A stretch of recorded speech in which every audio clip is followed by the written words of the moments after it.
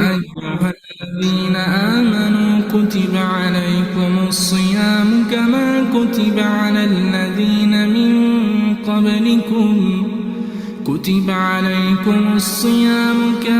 كتب على الذين من قبلكم لعلكم تتقون أياما معدودات فمن كان منكم مريضا أو على سفر فعدة من أيام أخر وعلى الذين يطيقونه فدية طعام مسكين فمن تطوع خيرا فهو خير له وأن تصوموا خير لكم إن كنتم تعلمون شهر رمضان الذي أنزل فيه القرآن هدى للناس وبينات من الهدى والفرقان فمن شهد منكم الشهر فليصمه ومن كان مريضا أو على سفر فعدة من أيام أخر يريد الله بكم اليسر ولا يريد بكم العسر ولتكملوا العدة ولتكبروا الله على ما هداكم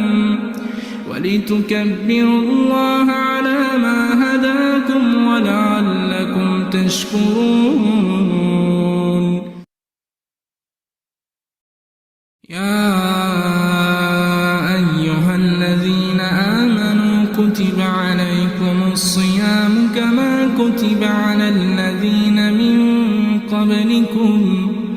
كتب عليكم الصيام كما كتب على الذين من قبلكم لعلكم تتقون أياما معدودات فمن كان منكم مريضا أو على سفر فعدة من أيام أخر وعلى الذين يطيقونه فدية طعام مسكين فمن تطوع خيرا فهو خير له وأن تصوموا خير لكم إن كنتم تعلمون شهر رمضان الذي أنزل فيه القرآن هدى للناس وبينات من الهدى والفرقان فمن شهد منكم الشهر فليصمه ومن كان مريضا أو على سفر فعدة من أيام أخر يريد الله بكم اليسر ولا يريد بكم العسر ولتكملوا العدة ولتكبروا الله على ما هداكم ولعلكم تشكرون الله أكبر الله أكبر الله أكبر لا إله إلا الله الله أكبر الله أكبر ولله الحمد الله أكبر الله أكبر الله أكبر لا إله إلا الله الله أكبر الله أكبر ولله الحمد الله أكبر الله أكبر الله أكبر لا إله إلا الله الله أكبر الله أكبر ولله الحمد الله أكبر الله أكبر الله أكبر لا إله إلا الله الله أكبر الله أكبر ولله الحمد.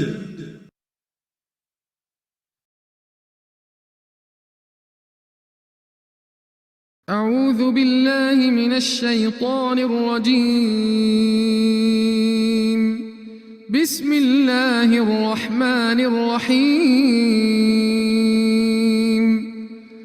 الحمد لله رب العالمين الرحمن الرحيم مالك يوم الدين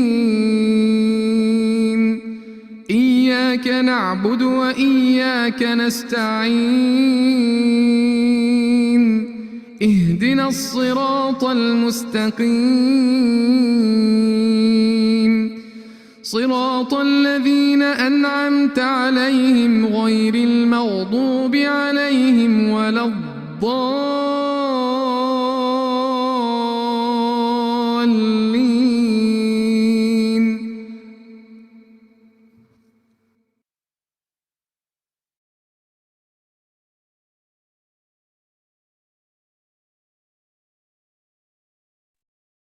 السلام علیکم ورحمۃ اللہ وبرکاتہ. کیا حال ہے آپ سب کا؟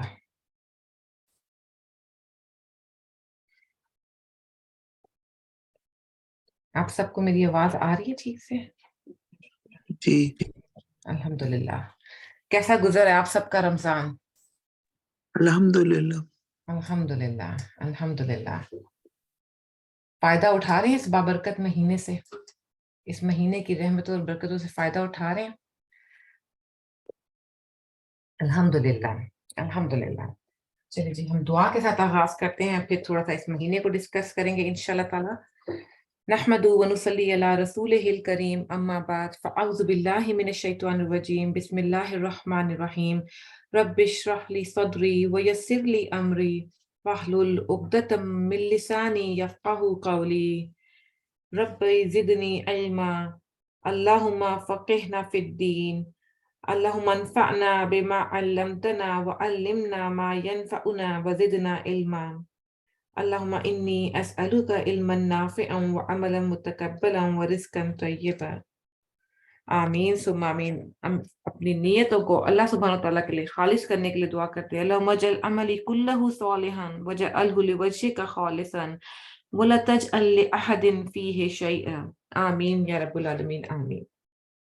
الحمدللہ الحمدللہ. اللہ سبحانہ وتعالیٰ کی توفیق سے ہم اس مہینے بابرکت مہینے میں پہنچ پائے اس سال. اللہ تعالیٰ ہمیں توفیق دے کہ ہم اس مہینے کو ویسے ہی اچھے طریقے سے گزار سکیں، ہماری عبادتوں میں اتنا ہی اخلاص پیدا ہو جتنا اللہ تعالیٰ سبحانہ ہم سے چاہتے ہیں، اور اللہ تعالیٰ اس کو ہماری عبادتوں کو بہترین کر دے.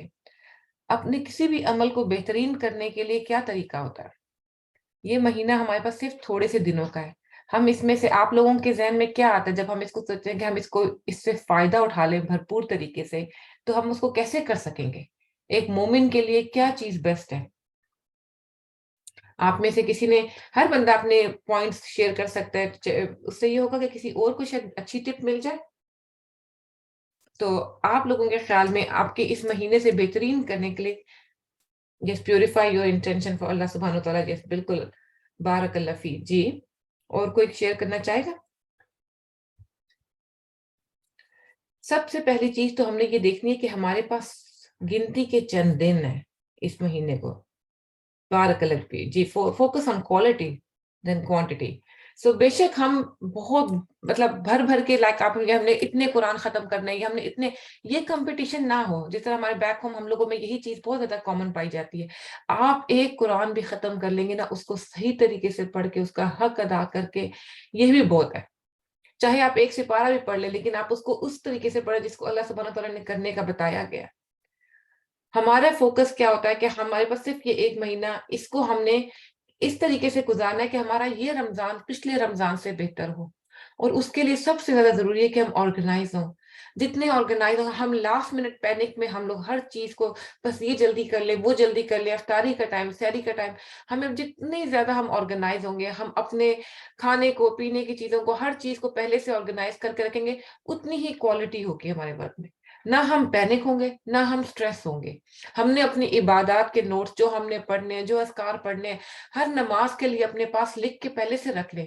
اتنے خوبصورت کارڈ ملتے ہیں, سب وہ کارڈوں کو, کوئی شکر کے کارڈ, استغفار کے کارڈ, سب کارڈوں کو پہلے سے آرگنائز کر کے رکھیں سب نمازوں میں, تاکہ ہماری نمازوں میں بھی وہ خلوص ہو, وہ محبت ہو کہ یہ ہمیں مہینہ ملا ہے, ہماری عبادتوں کا مہینہ ہے, ہماری تراویح پرفیکٹ ہو, ہماری جو ہمیں تہجد کا یہ موقع مل سکتا ہے اگر ہم اس کو ادا کر سکتے ہیں وہ پرفیکٹ ہو. اور as a woman, as a lady, آپ کے پاس تو ہر موقع عبادت کا ہے. آپ کی وجہ سے خالی آپ نے روزہ نہیں رکھنا, آپ کے پورے گھر والوں نے روزہ رکھنا ہوتا ہے. تو اس چیز کا بھی ہمیں ثواب کو ہم نے ڈھیلا نہیں لینا, ہم نے اس کو ایزی نہیں لینا کہ یہ ہمیں کیوں کر رہے ہو, ہم کیوں کریں تمہارے لیے. ہمیں ان چیزوں کو بھی زیادہ اچھے طریقے سے آرگنائز کرنا ہے تاکہ ہم اس کو خوش اخلاقی سے کر سکیں, اور اپنے ہر کام کو کرنے کے لیے یہ سوچیں کہ آپ کسی بندے کو خوش کرنے کے لیے نہیں کر رہے, آپ اللہ سبحانہ و تعالیٰ کو خوش کرنے کے لیے کریں. تو جتنا ہم اللہ کو رکھیں گے نا ہر چیز میں آگے, ہمیں عبادت کرنے کا, ہمیں وہ کام کرنے کا مزہ بھی آئے گا, اور ہم اس کو آگے خوشی سے کرنا چاہیں گے. بالکل ہر وقت ذکر کا, اور کیونکہ جب ہم ناشتہ بنا رہے ہیں یا ہم افطاری بنا رہے ہیں, ہمارے پاس وہ موقع ہیں کہ ہم بجائے اور دنیا کی 10 سوچوں کو تھوڑے دیر سائڈ پہ رکھیں اور صرف ذکر کو کریں کہ یہ میرا ذکر اس ٹائم کی کام کے ساتھ میرا یہ ذکر جڑا ہوا ہے. اپنے ذکر کو اپنے کاموں کے ساتھ جوڑ دیں گے. میں نے کپڑے طے کرتے ہوئے یہ کرنا ہے, کپڑے دھوتے ہوئے یہ کرنا ہے, یا میں نے ناشتہ بناتے ہوئے یہ کرنا ہے. آپ دیکھیں گے کہ آپ کو اس کام کا پتہ ہی نہیں چلے گا, وہ کام پورا بھی ہو جائے گا, اس کام کا مزہ بھی آئے گا, وہ کام آپ کا عبادت بن جائے گا. اس سے زیادہ بڑھ کر کیا بات ہوگی کہ وہی کام جو آپ کر رہے ہیں اس کا ٹائم تو ویسے بھی گزر جانا ہے. وہ سانسا کہتی ہے نا کہ ٹائم تو گزر جائے گا, ہم اس ٹائم کو کیسے یوٹیلائز کرتے ہیں یہ ہم پہ ڈیپینڈ کرتا ہے. کئی دفعہ ہم لوگ کہتے ہیں جی ہم جاب کی وجہ سے یا ہم گھر والوں کی وجہ سے ہمیں عبادت کے موقع نہیں ملتے, تو جو موقع جس کام کے ٹائم پہ بھی مل رہے ہیں ہم اس کو ذکر کے ساتھ کر سکتے ہیں. ہماری تو جو ایک تجوید کی ٹیچر تھی وہ کہتی تھی اپنے تجوید کے الفاظ کو پریکٹس بنا لیں اپنے کاموں کے ساتھ کرنے کی, تو وہی کام, اور وہ آپ کو پتہ بھی نہیں چلے گا, وہ پریکٹس بھی ہو جائے گی, اور وہ بھی آپ کو ٹائم نوٹ کر, جس طرح لاسٹ ایئر کے لیکچر میں سادہ نے کہا تھا کہ جس طرح فرض کریں کہ آپ کو 100 دفعہ سبحان اللہ پڑھنے میں اتنا ٹائم لگتا ہے, تو جب آپ کوئی کوکنگ کریں آپ کو یہ یاد رہ جائے گا کہ آپ نے یہ ذکر اتنی دفعہ کر لیں, بلکہ بے تحاشا کریں, نہ گنیں نہ یاد رکھیں, بس کرتے جائیں, کیونکہ یہ مہینہ ملا, اس میں شیطان جکڑا ہوا ہے. آپ کر سکتے ہیں, اور اپنے اندر کے شیطان کو تو ہم نے خود جکڑنا نا, اپنے اندر کے شیطان کو اپنے اوپر حاوی نہیں دینا. آج بھی ہمارا جو لیکچر ہے وہ شیطان سے لنکڈ ہے. شیطان ہمارے لیے کیا کرتا ہے, شیطان ہمارے لیے دنیا کی ہر چیز کو خوبصورت بنا دیتا ہے, ہر چیز کو. وہ ہمارے لیے ہر جو رنگ برنگی چیز ہے, جو بھی آپ دیکھ لیں برائی کے کام, وہ کتنے گلوریفائی کر کے ہمیں پریزنٹ کرتا ہے. کسی بھی کام کو دیکھ لیں گے نا, شیطان نے اس کو ایسے پریزنٹ کرنا ہے, اس نے برائی کے کام کو آسان کر دے رہا ہے, اور جو اچھائی کے کام ہے ان کو مشکل بنا دے رہا ہے. اب یہ ہر انسان کے اندر 2 قوتیں ہیں نا, کہتے ہیں نا وہ جو ایک قصہ آپ سب نے سنا ہوگا, 2 وولف ہوتے ہیں, کہتے ہیں کہ ایک برائی کا ہوتا ہے, ایک اچھائی کا ہوتا ہے, اور کون سا انسان پر حاوی آتا ہے, جس کو ہم فیڈ کرتے ہیں. یہ فیڈ کرنا ہمارے اپنے ہاتھ میں ہے, ہم کس کو فیڈ کر رہے ہیں اپنے اندر, ہم شیطان کو کر رہے ہیں یا ہم اچھی اس کو کر رہے ہیں. یہ بیٹل ہر انسان کے اندر چلتی ہے. ایسا نہیں ہے کہ جو بندہ دین میں بہت آگے نکل گیا اس کے اندر کی یہ وہ نہیں ہے, اس کے اندر بھی یہ جنگ چل رہی ہے. ہر انسان اپنے اندر ایک چھوٹی سی جنگ لڑ رہا ہے شیطان کے ساتھ, ہر وقت کی لڑ رہا ہے. جو دین میں آگے چلے گئے ان کو تو بھڑکانا اس کے لیے زیادہ آسان ہے, ان کو تو وہ فوراً یہ تکبر دلا دیتا ہے کہ تم تو دین میں بہت آگے, تم نے تو بہت کچھ کر لیا. اور وہی اسٹیپ ہوتا ہے کہ جہاں پہ بندے کا گرنے کا ڈاؤن فال آ جاتا ہے. تو شیطان تو انسان کے ساتھ جس خون میں چلتا ہے نا, اس طرح سے ہے نا, یہی کہا گیا ہے نا. تو شیطان تو ہمارے ساتھ ہر وقت ہے. ہم نے کس کو اپنے اوپر حاوی ہونے دینا ہے, شیطان کو, برائی کو, یا اچھائی کو, یہ سب ہم پہ ڈیپینڈ کرتا ہے. کہیں دفعہ ہمیں فورس چاہیے ہوتی ہے, ہمیں وہ قوت چاہیے ہوتی ہے کہ ہم اس شیطان کی طاقت کو دبا دیں. وہ قوت ہمارے اندر کیسے آتی ہے, وہ قوت کہاں سے آئے گی؟ سب سے پہلی چیز آئے گی کہ ہم جتنا اچھائی والی طاقت کو فیڈ کریں گے اپنے اندر. جو ولف ہمارے اندر اچھائی والا ہے, ہم اس کو فیڈ کریں گے. وہ کیسے فیڈ کریں گے؟ اس کے اندر ہم اللہ کا ذکر ڈالیں گے, اللہ کی محبت ڈالیں گے. یہ تو ہمارے ہاتھ میں ہے نا, ہم اپنے اندر کیا ڈال رہے ہیں یہ تو ہمارے ہاتھ میں.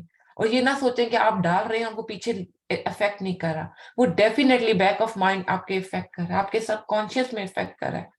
وہ ایک دن ضرور اس کو اوور کم کر لے گا جو برائی والی طاقت ہوگی. ہمارا کام ہے ہم نے اچھائی کے کام کو کرتے جانا ہے، اس طاقت کو فیڈ کرتے جانا ہے اپنے اندر تاکہ وہ برائی کے اوپر حاوی آ جائے. یہ جنگ چلتی رہے گی، یہ آخری دم تک. شیطان تو مرتے وقت تک انسان کے راستے، کیونکہ اس نے چیلنج کیا اللہ سبحانہ تعالیٰ کو، وہ بیٹھا رہے گا ہمارے راستے میں. ہم نے اس کو ہٹانا ہے، ہم نے اس کو ہٹا کے اچھائی کے اوپر لانا ہے. یہ کیونکہ اس نے ہر برائی کی چیز کو بہت خوبصورت بناتی ہے. پارٹیز، چیزیں کو کرنا، مطلب یہ سب چیزیں بہت گلوریفائی ہوتی ہیں، ہمیں بہت اٹریکٹیو لگتی ہیں. یہ کیوں لگتی ہیں؟ کیونکہ بہت ایزی ہوتی ہے.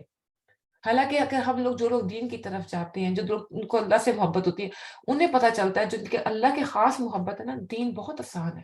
آپ کی زندگی آسان کر دیتا ہے، آپ کو 10,000 برائیوں سے اور ٹینشنوں سے ہٹا دیتا ہے. آپ کو یہ لگتا ہے کہ جس کام کی ضرورت نہیں ہے وہ مجھے کرنا ہی نہیں چاہیے. آپ کی لائف میں سمپلسٹی آ جاتی ہے. جو دین کو جتنا فالو کرتا ہے، جن کی لائف جتنی سمپل ہوتی ہے اتنی آسان ہوتی ہے. کبھی کبھار ہمیں مشکل لگ رہا ہوتا ہے کہ ہمارے دوست چھوٹ جائیں گے، ہمارے لوگ چھوٹ جائیں گے. انہوں نے تو ویسے بھی ایک دن چھوٹ جانا ہے. جن چیزوں کے ڈر سے ہم شیطان کو فالو کر رہے ہیں ان سب نے تو ویسے بھی چھوٹ جانا ہے. یہ تو ہمارے اوپر ہے کہ ہم شیطان سے پروٹیکشن کیسے لیتے ہیں. پھر شیطان کے لیے ہم کس کو فالو کر رہے ہیں. ہمارا نیکسٹ چیز یہ ہے کہ ہم کیا شیطان کو فالو کر رہے ہیں. یہ ہماری دوست، ہماری کمپنی کیسی ہونی چاہیے، یہ آپ پہ ڈیپینڈ کرتا ہے. یہ جتنا زیادہ آپ جس کو فیڈ کریں گے، وہ ہمارے پہ یہ پریشرز کہاں سے آتے ہیں؟ یہ پیئر پریشرز ہوتے ہیں نا. ہمارے دوست چھوٹ جائیں گے تو یہ ہمیں کیا حکم ملتا ہے کہ ہم نے کس کو فالو کرنا ہے. ہم نے اللہ سبحانہ تعالیٰ کے راستے کو فالو کرنا ہے جو قرآن و سنت سے ہمیں ملتا ہے. ہم نے کسی دوست کے راستے کو نہیں دیکھنا. یہاں تک کہ ابراہیم علیہ السلام کو ان کے باپ سے وہ کر دیا گیا تھا کہ ان کا راستہ ٹھیک نہیں تھا. آپ نے صحابیات کا اور صحابہ رضی اللہ عنہ کا قصے سنے ہیں کہ وہ ان کو ان کی فیملی سے کو چھوڑنا پڑا. جب اللہ سبحانہ تعالیٰ کا حکم آ جاتا ہے تو پھر باقی سارے حکم سب اس کے نیچے دب جاتے ہیں.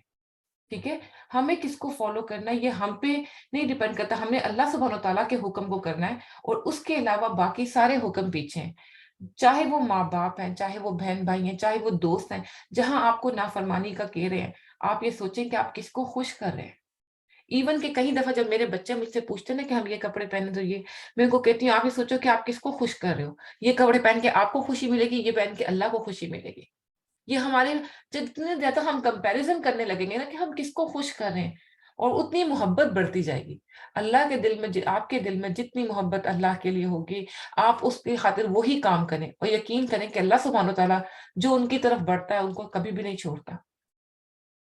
چیز یہ نہیں ہونا چاہیے کہ ہمیں تو یہ فکر ہونی چاہیے کہ کہیں یہ زیادہ ہم لوگ کئی دفعہ سوچ رہے ہیں کہ ہم اللہ تعالیٰ سے دور جا رہے ہیں، ہم اللہ تعالیٰ کو چھوڑ رہے ہیں. وہ اس سے زیادہ یہ سوچیں کہ کہیں خدا نہ خواستہ اللہ تعالیٰ نے ہمیں چھوڑ دیا تو ہم کیا کریں گے، پھر ہمارے پاس کون سا راستہ ہوگا.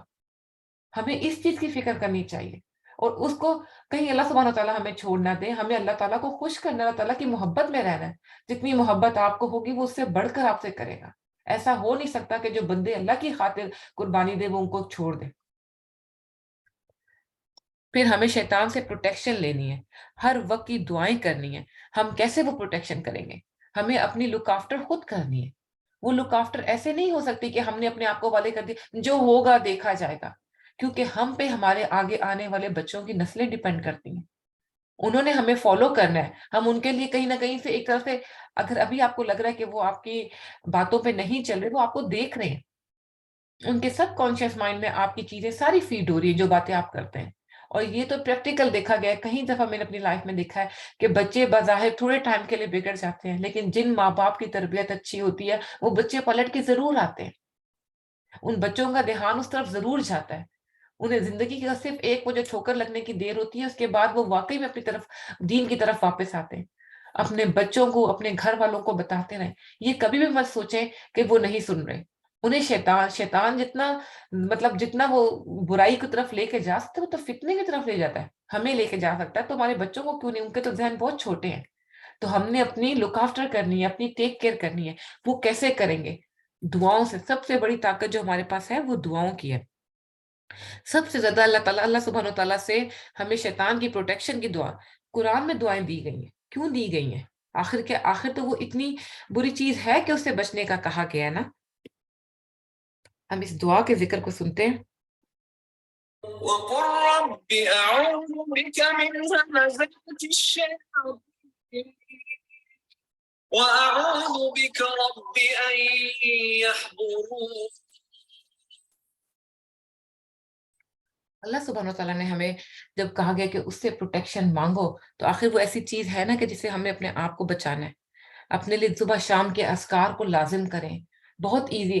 اپنے اس کے کارڈ ملتے ہیں. اپنی مطلب فجر کی نماز سے پاس کارڈ رکھ لیں, عصر کی نماز کے لیے کارڈ رکھ لیں, اور پھر آپ کے پاس موبائل ایپس چیزیں سب ہیں. اپنے بچوں کو ان دعاؤں کی عادت ڈالیں, موعظتین پڑھنے کی عادت ڈالیں, آیت الکرسی کی عادت ڈالیں. یہ سب چھوٹے چھوٹے طریقے ہیں. اپنے گھروں میں سورہ بقرہ لگائیں تاکہ شیطان ہم سے دور رہے. یہ چھوٹی چھوٹی کوششیں ہیں. ہم اس سے دور جائیں گے تو وہ اس پہ وار کرے گا, لیکن جب اس کو پتہ چلے گا کہ اس کی یہاں پہ چلنی نہیں ہے تو وہ خود ہی پیچھے ہٹ جائے گا. بس آپ کو یہ چھوٹی چھوٹی کوششیں کرتی رہنے ہیں, اپنے گھر والوں کے لیے, اپنے بچوں کے لیے, اپنے آپ کو شیطان سے بچاتے رہنا ہے. تو اللہ تعالیٰ ہم سب کے لیے آسانی کرے. اللہ تعالیٰ ہم سب کو شیطان کے وار سے بچائے, اور اللہ تعالیٰ ہم سب کو اپنی مرضی کا بندہ بنا دے. جس طرح سے اللہ سبحانہ وتعالیٰ ہم سے اپنے کام لینا چاہتے ہیں, دین کے کام لینا چاہتے ہیں, اللہ تعالیٰ ہم سے وہ کام لے لیں تاکہ ہماری زندگی اس طرح سے ہو جائے جو اللہ سبحانہ وتعالیٰ چاہتے ہیں. تو انشاءاللہ تعالیٰ ہم اپنے کلاس کا آغاز کرتے ہیں. شیطان کا حضرت آدم علیہ السلام کو پہ وار کرنا آج کے ہمارے لیکچر کا مین تھنگ ہے. تو انشاءاللہ تعالیٰ بسم اللہ کے ساتھ آغاز کرتے ہیں. آپ لوگ ریڈی ہیں سارے؟ جلدی سے بتا دیں آپ لوگ ریڈی ہیں کہ نہیں. جی الحمدللہ. چلے جی ہم اپنا بسم اللہ الرحمن الرحیم. بارک اللہ فیک. اللہ تعالیٰ آپ سب کے لیے بہت آسانی کریں. بسم اللہ الکریم. اما بعد فاعوذ باللہ من الشیطان الرجیم. بسم اللہ الرحمن الرحیم. رب اشرح لی صدری ویسر لی امری واحلل عقدۃ من لسانی یفقہوا قولی. الحمد للہ المتفرد بکمال الذات وجمیل الصفات المنزہ عن مشابہۃ المخلوقات. احاط علما بجمیع الکائنات ووسع سمعه جمیع الاصوات. الحمد للہ الذی لا خیر الا منہ ولا فضل الا من لدنہ. ہر قسم کی حمد, ہر قسم کی تعریف اللہ کے لیے ہے جو کمال ذات اور اچھی صفات کے ساتھ اکیلا ہے, جو مخلوقات کی مشابہت سے پاک ہے. اس نے تمام کائنات کو اپنے علم سے گھیر رکھا ہے, اور اللہ کی سماعت تمام آوازوں کو گھیرے ہوئے ہے. ہر قسم کی حمد اللہ کے لیے ہے کہ خیر اس کے سوا کہیں اور سے حاصل نہیں ہوتی, اور فضل و کرم صرف اسی کے پاس سے حاصل ہوتا ہے.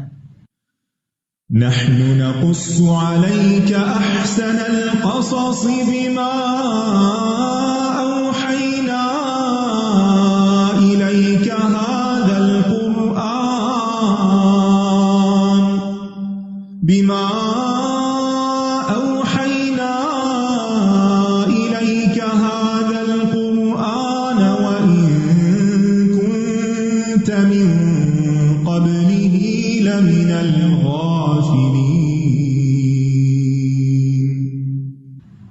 اللہ سبحانہ تعالیٰ نے آدم علیہ السلام اور حوا علیہ السلام کو عزت والے گھر یعنی جنت میں ٹھہرایا.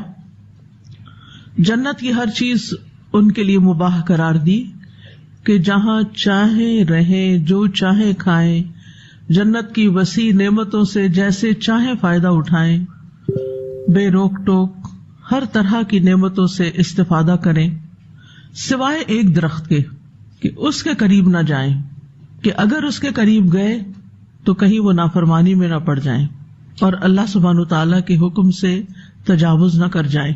لیکن ہوا کیا؟ آدم علیہ السلام اور حوا علیہ السلام کے خلاف شیطان نے چال چلی اور آہستہ آہستہ وہ انہیں اسی درخت کے پاس لے گیا اور اس کا پھل کھلوا دیا. ارشاد باری تعالیٰ ہے فَأَزَلَّهُمَا الشَّيْطَانُ عَنْهَا فَأَخْرَجَهُمَا مِمَّا كَانَا فِيهِ وَقُلْنَا اهْبِطُوا بَعْضُكُمْ لِبَعْضٍ عَدُوٌّ وَلَكُمْ فِي الْأَرْضِ مُسْتَقَرٌّ وَمَتَاعٌ إِلَىٰ حِينٍ. آخر شیطان نے ان دونوں کو وہاں سے پھسلا دیا اور انہیں اس سے نکلوا دیا جہاں وہ تھے، اور ہم نے کہا اتر جاؤ، تم ایک دوسرے کے دشمن ہو اور تمہارے لیے ایک مدت تک زمین میں ٹھہرنا اور فائدہ اٹھانا ہے۔ فَأَزَلَّهُمَا الشَّيْطَانُ، آدم اور حوا کا دشمن شیطان مسلسل آدم اور حوا دونوں کو اس درخت کی طرف جانے کی ترغیب دیتا رہا اور ان کے دلوں میں وسوسے ڈالتا رہا۔ جس درخت سے انہیں روکا گیا تھا اس کے کھانے کی خوبیوں کو خوبصورت بنا کے پیش کیا اور انہیں ترغیب دی، اور ان کے سامنے قسمیں کھائیں کہ وہ ان کا بڑا خیر خواہ ہے، حتیٰ کہ وہ انہیں اپنے ڈھب پہ لے جانے میں کامیاب ہو گیا۔ تو یہاں پر لفظ آتا ہے فَأَزَلَّهُمَا الشَّيْطَانُ، ازلہ کا لفظ زلہ سے ہے، زلت القدم بھی کہتے ہیں نا، قدم کا پھسلنا، زائی اور لام لام، ارادے اور اختیار کے بغیر قدم کا پھسلنا، بغیر ارادے کے پھسلنا۔ کہا جاتا ہے زلت رجل، پاؤں پھسل گیا، اور پھسلنے کی جگہ کو مزلہ کہا جاتا ہے۔ اسی طرح جو گناہ بلا ارادہ ہو جائے اسے بھی بطور تشبیہ زلہ، زلات زائی سے، ضاد سے نہیں، اس سے تعبیر کیا جاتا ہے۔ ازلہ کی ایک اور قرات بھی ہے اور وہ ہے ازالہ، فَأَزَالَهُمَ الشَّيْطَانُ، ازالہ زال یزال سے یعنی دور کر دیا۔ کہا جاتا ہے ازلتہ فزال، میں نے اسے دور کیا اور وہ دور ہو گیا۔ ابن کیسان کہتے ہیں کہ یہ ازالہما زوال سے مشتق ہے، ان کو زوال سے دو چار کر دیا۔ اللہ سبحانہ تعالیٰ کے ہاں آدم علیہ السلام کی جو قدر و منزلت تھی اس سے انہیں گرا دیا۔ اللہ تعالیٰ نے آدم علیہ السلام پر بے شمار احسانات کیے تھے، اور خاص طور پر جو فرشتوں سے سجدہ کروایا اور انہیں علم دیا اور انہیں جنت میں بسایا۔ تو اب تک آدم علیہ السلام اوپر کی طرف جا رہے تھے، ایک کے بعد ایک نعمت ان کو مل رہی تھی، لیکن شیطان جو ان کا دشمن تھا اس نے ایسے حربے اختیار کیے کہ وہ وہاں سے پھسل گئے، اور جب کوئی پھسلتا ہے تو پھر اوپر تو نہیں چڑھتا نا، کوئی نیچے آتا ہے، تو ان کی اس قدر و منزلت کا زوال ہو گیا، اور اس میں شیطان کا بہت بڑا ہاتھ تھا۔ ازالہ یا زلہ کا جو لفظ ہے اس سے یہ بات بھی سمجھ میں آتی ہے کہ آدم اور حوا علیہ السلام کی یہ خطا جو ہے یہ اس طرح کی نہیں تھی جو عام گناہ گاروں کی طرف سے ہوتی ہے، بلکہ یہ شیطانی تلبیس یا شیطان کے بھلوانے کی وجہ سے اور قسم کھانے کی وجہ سے ہوا تھا۔ یہاں ایک سوال اور پیدا ہوتا ہے کہ شیطان کا جنت میں داخلہ کیسے ممکن ہوا؟ یعنی جب شیطان کو جنت سے نکال دیا گیا تو پھر فخرج منہا جو کہہ دیا گیا تو پھر وہ آدم علیہ السلام کو بہکانے کے لیے وہاں کیسے پہنچا؟ تو اس کے بارے میں علماء کہتے ہیں کہ یہ عین ممکن ہے کہ شیطان جنت میں داخل ہوئے بغیر بھی انہیں وسوسے ڈالنے میں کامیاب ہو گیا۔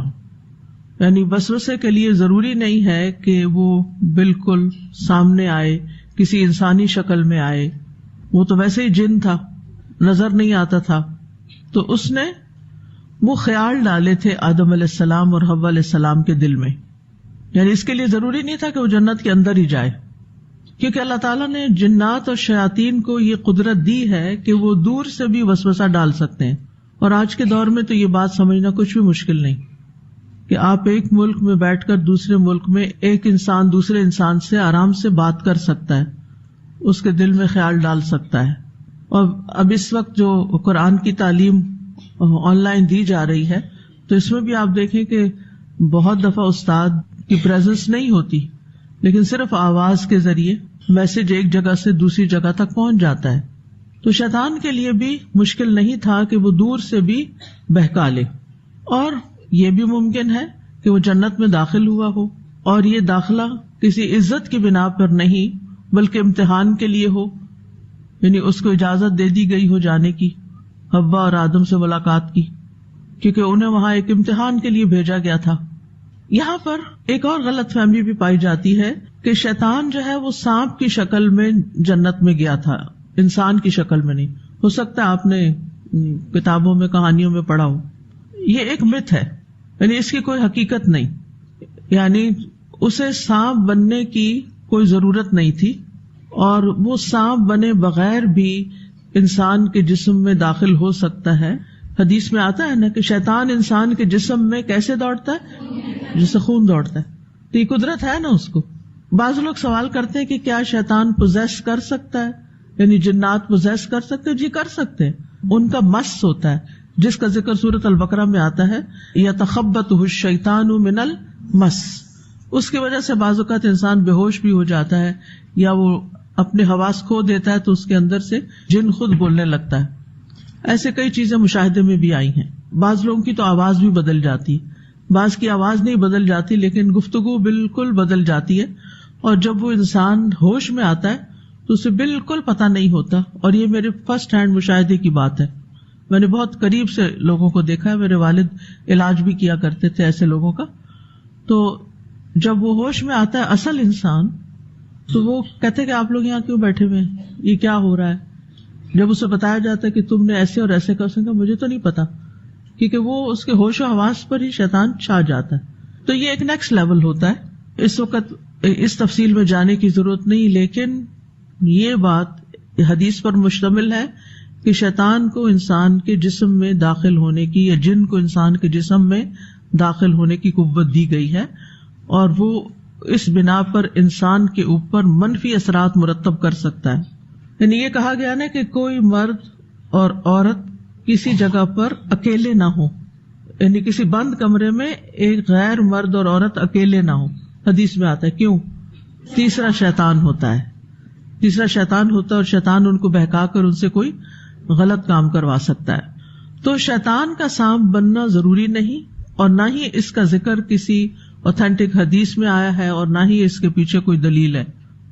ہاں، شیطان نے جو کام کیا اور دشمنی اور حسد اور تکبر کی بنا پر، وہ کیا تھا کہ آدم اور حوا کے اندر مسلسل وسوسے ڈالے. فوسوس الیہ الشیطان، سورۃ طٰہٰ میں آتا ہے فوسوس الیہ، ہی کون ہے؟ آدم. یعنی پہلے آدم کو ٹارگٹ کیا، کیونکہ بہت سے لوگ کہتے ہیں نا کہ حضرت حوا کو بہکایا تھا، اور حضرت حوا پر الزام لگاتے ہیں کہ عورت نے جنت سے نکلوایا تھا. ٹھیک ہے، تو یہاں پر آپ دیکھیے کہ اس کی تردید ہو رہی ہے. فوسوس الیہ، اگرچہ بعد میں دونوں کا ذکر بھی آتا ہے، اس نے دونوں کو ہی کیا، لیکن پہلے آدم علیہ السلام. اور پھر فوسوس الیہ الشیطان قال یا آدم، مخاطب بھی کس کو کر رہا ہے؟ آدم علیہ السلام کو. یا آدم هل ادلک علی شجرۃ الخلد، کیا میں تمہیں شجرۃ الخلد کا پتہ بتاؤں؟ وملک لا یبلی، اور ایسی بادشاہت کی طرف تمہاری رہنمائی کروں کہ جسے کبھی پرانا نہیں ہونا. انسان کے اندر ان دو چیزوں کی بڑی خواہش ہے، اور وہ انسان کی نفسیات کو خوب سمجھتا تھا. ایک ہے ہمیشہ جینے کی خواہش. ہم میں سے کوئی بھی مرنا نہیں چاہتا، ہے نا ایسا؟ جب کسی کی موت کی خبر سنتے ہیں تو کیا کہتے ہیں؟ شکر ہے میں بچ گئی ہوں. کتنے دن بچیں گے، آخر تو وہیں جانا ہے. تو شجرۃ الخلد یعنی ایسا درخت کہ جس کا پھل کھانے سے انسان مرتا نہیں. اگر دنیا میں آپ کو پتہ چل جائے کسی ایسی چیز کا تو آپ کیا کریں گے؟ ہر قیمت پر جا کھائیں گے، چاہے کوئی آپ کو کہے نہیں یہ شیطان کہہ رہا ہے، تب بھی آپ کہیں گے نہیں بے شک شیطان کہتا رہے، بعد میں دیکھی جائے گی، ابھی تو میں ذرا کھا لوں. کیسا جھانسا دیا. دوسری چیز ریاست کی خواہش، عہدے کی خواہش، بڑا بننے کی خواہش، دوسروں کو کنٹرول کرنے کی خواہش، بادشاہت کی خواہش. یہ بھی ہر انسان کے اندر کسی نہ کسی درجے میں موجود ہوتی ہے. ساس بہو کی لڑائی کس بنا پہ ہوتی ہے؟ یعنی جہاں بھی، الحمدللہ ہر جگہ یہ لڑائی نہیں ہے، لیکن جہاں بھی یہ لڑائی ہے اس کے پیچھے اگر آپ دیکھیں تو حب جاہ ہے. یعنی ساس کیا چاہتی ہے کہ ہر چیز پر میرا کنٹرول رہے، اور بہو کیا چاہتی ہے کہ مجھے اتھارٹی دی جائے. لہذا ان دونوں میں ایک ٹسل چل پڑتی، اور جب دونوں ہی بے نیاز ہو، نہ ایک کو چاہیے نہ دوسرے کو چاہیے، تو پھر مسئلہ ہی کوئی نہیں ہوتا. اسی طرح آپ دیکھیں ہمارے ملک میں کیا مسئلہ ہے، ہماری قیادت میں کیا مسئلہ ہے. ہم زوال کا شکار کیوں ہوتے چلے جا رہے ہیں؟ کس چیز کی لڑائی ہے جو ملک کو آگے نہیں جانے دیتی؟ حب ریاست. اور یہ صرف ہمارے ملک میں نہیں، بہت سی جگہوں پر. اور آپ دیکھیں کہ اچھے بھلے لوگ ایک دوسرے کو زہر دے کے، کسی طرح مار مروا کے، اور کیسی کیسی سازشیں کر کے، اگر آپ تاریخ پڑھیں تو تاریخ میں آپ کو بے شمار ایسے قصے ملیں گے کہ جہاں پر یا قتل کروا دیا گیا، یا مروا دیا گیا، یا زہر کھلا دیا گیا، یا اغوا کر لیا گیا. یعنی کوئی نہ کوئی قصہ ملتا ہے. کسی طرح سیٹ خالی ہو اور دوسرا شخص جا کر اس پر قابض ہو. تو یہاں شیطان کو انسانوں کی دو بڑی ویکنیسز کا پتہ تھا، لہذا اس نے ان کے دل میں جو بات ڈالی، جو وسوسہ ڈالا، وہ بھی اسی قبیل سے تھا. اس سے کیا پتہ چلتا ہے کہ شیطان انسان پر اسی وقت حاوی ہوتا ہے جب وہ اس کے سامنے اس کی پسندیدہ چیز کو خوشنما بنا کے دکھاتا ہے. عربی میں کہتے ہیں حبک الشیء یعمی ویسم، کسی چیز کی محبت تمہیں اندھا اور بہرا کر دیتی ہے. یعنی جس انسان سے محبت ہوتی ہے اس کا کوئی عیب لگتا ہی نہیں، اور جس انسان سے نفرت ہوتی ہے اس کی کوئی خوبی نظر ہی نہیں آتی. یہ انسان کی کمزوری ہے. تو انسان جس چیز سے محبت کرتا ہے اس کے حصول کے لیے پھر بعض اوقات حلال حرام کی پرواہ نہیں کرتا. اور بہت دفعہ شیطان یہی کچھ کرتا ہے کہ ہمیں دنیا سے ایسی محبت دلاتا ہے کہ جس کی وجہ سے پھر انسان اس کے حصول میں اپنی آخرت کو بھی بیچ ڈالتا ہے. لیکن کچھ لوگ ہوتے ہیں جو اس کے بالکل اپوزٹ چلتے ہیں. وَمِنَ النَّاسِ مَن يَشْرِي نَفْسَهُ ابْتِغَاءَ مَرْضَاتِ اللَّهِ، کچھ لوگ ایسے ہیں جو اللہ کی رضا چاہنے کے لیے اپنا آپ بھی بیچ ڈالتے ہیں، اپنی جان کی بھی پرواہ نہیں کرتے. اور کچھ لوگ ایسے ہیں جو نفس کی خواہشات کے پیچھے چلتے ہوئے اللہ کی رضا کی پرواہ نہیں کرتے کہ اللہ تعالیٰ کیا چاہتا ہے، بس وہ یہ دیکھتے ہیں میرا دل کیا چاہتا ہے، میں کیا چاہتی ہوں. تو ابلیس عام طور پر لوگوں کو دو طریقوں سے یا دو راستوں سے گمراہ کرتا ہے. نمبر 1 خواہشات کے ساتھ، اور نمبر 2 شبہات یعنی شکوک و شبہات کے ساتھ، شک میں ڈال کے. اللہ سبحانہ وتعالیٰ نے آدم اور حوا کو واضح طور پر حکم دیا تھا وَلَا تَقْرَبَا هَٰذِهِ الشَّجَرَةَ فَتَكُونَا مِنَ الظَّالِمِينَ، تم نے اس درخت کے قریب بھی نہیں جانا، پھل کھانا تو دور کی بات، اس کے پاس سے بھی نہیں گزرنا. لیکن اس کے باوجود ابلیس نے ان کے اندر ایسا شبہ ڈالا اور اس پہ اللہ کی قسم کھائی. اور وہ شبہ کیا تھا کہ جو اس درخت سے کھائے گا وہ فرشتہ بن جائے گا، ہمیشہ رہے گا، اسے موت نہیں آئے گی. تو آدم علیہ السلام کو یہ خواہش پسند آئی اور ابلیس ان کے اوپر حاوی ہو گیا. سورۃ الاعراف میں آتا ہے فَوَسْوَسَ لَهُمَا الشَّيْطَانُ لِيُبْدِيَ لَهُمَا مَا وُرِيَ عَنْهُمَا مِنْ سَوْآتِهِمَا وَقَالَ مَا نَهَاكُمَا رَبُّكُمَا عَنْ هَٰذِهِ الشَّجَرَةِ إِلَّا أَن تَكُونَا مَلَكَيْنِ أَوْ تَكُونَا مِنَ الْخَالِدِينَ وَقَاسَمَهُمَا إِنِّي لَكُمَا لَمِنَ النَّاصِحِينَ. پھر شیطان نے ان دونوں کے لیے وسوسہ ڈالا تاکہ ان کے لیے ظاہر کر دے جو کچھ ان کی شرمگاہوں میں سے ان سے چھپایا گیا تھا. یعنی ایک دوسرے کے جو شرمگاہیں چھپائی ہوئی تھی وہ ان کے سامنے کر دے. اور اس نے کہا تم دونوں کے رب نے تمہیں اس درخت سے منع نہیں کیا مگر اس لیے کہ تم دونوں فرشتے بن جاؤ یا ہمیشہ رہنے والوں میں سے ہو جاؤ. اور اس نے دونوں سے قسم کھا کر کہا کہ بے شک میں تم دونوں کے لیے خیر خواہوں میں سے ہوں. اس آیت سے پچھلی آیت کی مزید وضاحت ہو جاتی ہے. یہاں یہ قاعدہ بھی سمجھ لیجئے کہ اگر آپ قرآن مجید پر غور کرنا چاہتے ہیں، تدبر کرنا چاہتے ہیں، تو اس کے لیے آپ کیا کریں، ایک آیت کو سمجھنے کے لیے اس سے ملتی جلتی آیت کا مطالعہ بھی کریں، اس سے بات اور کھل جائے گی.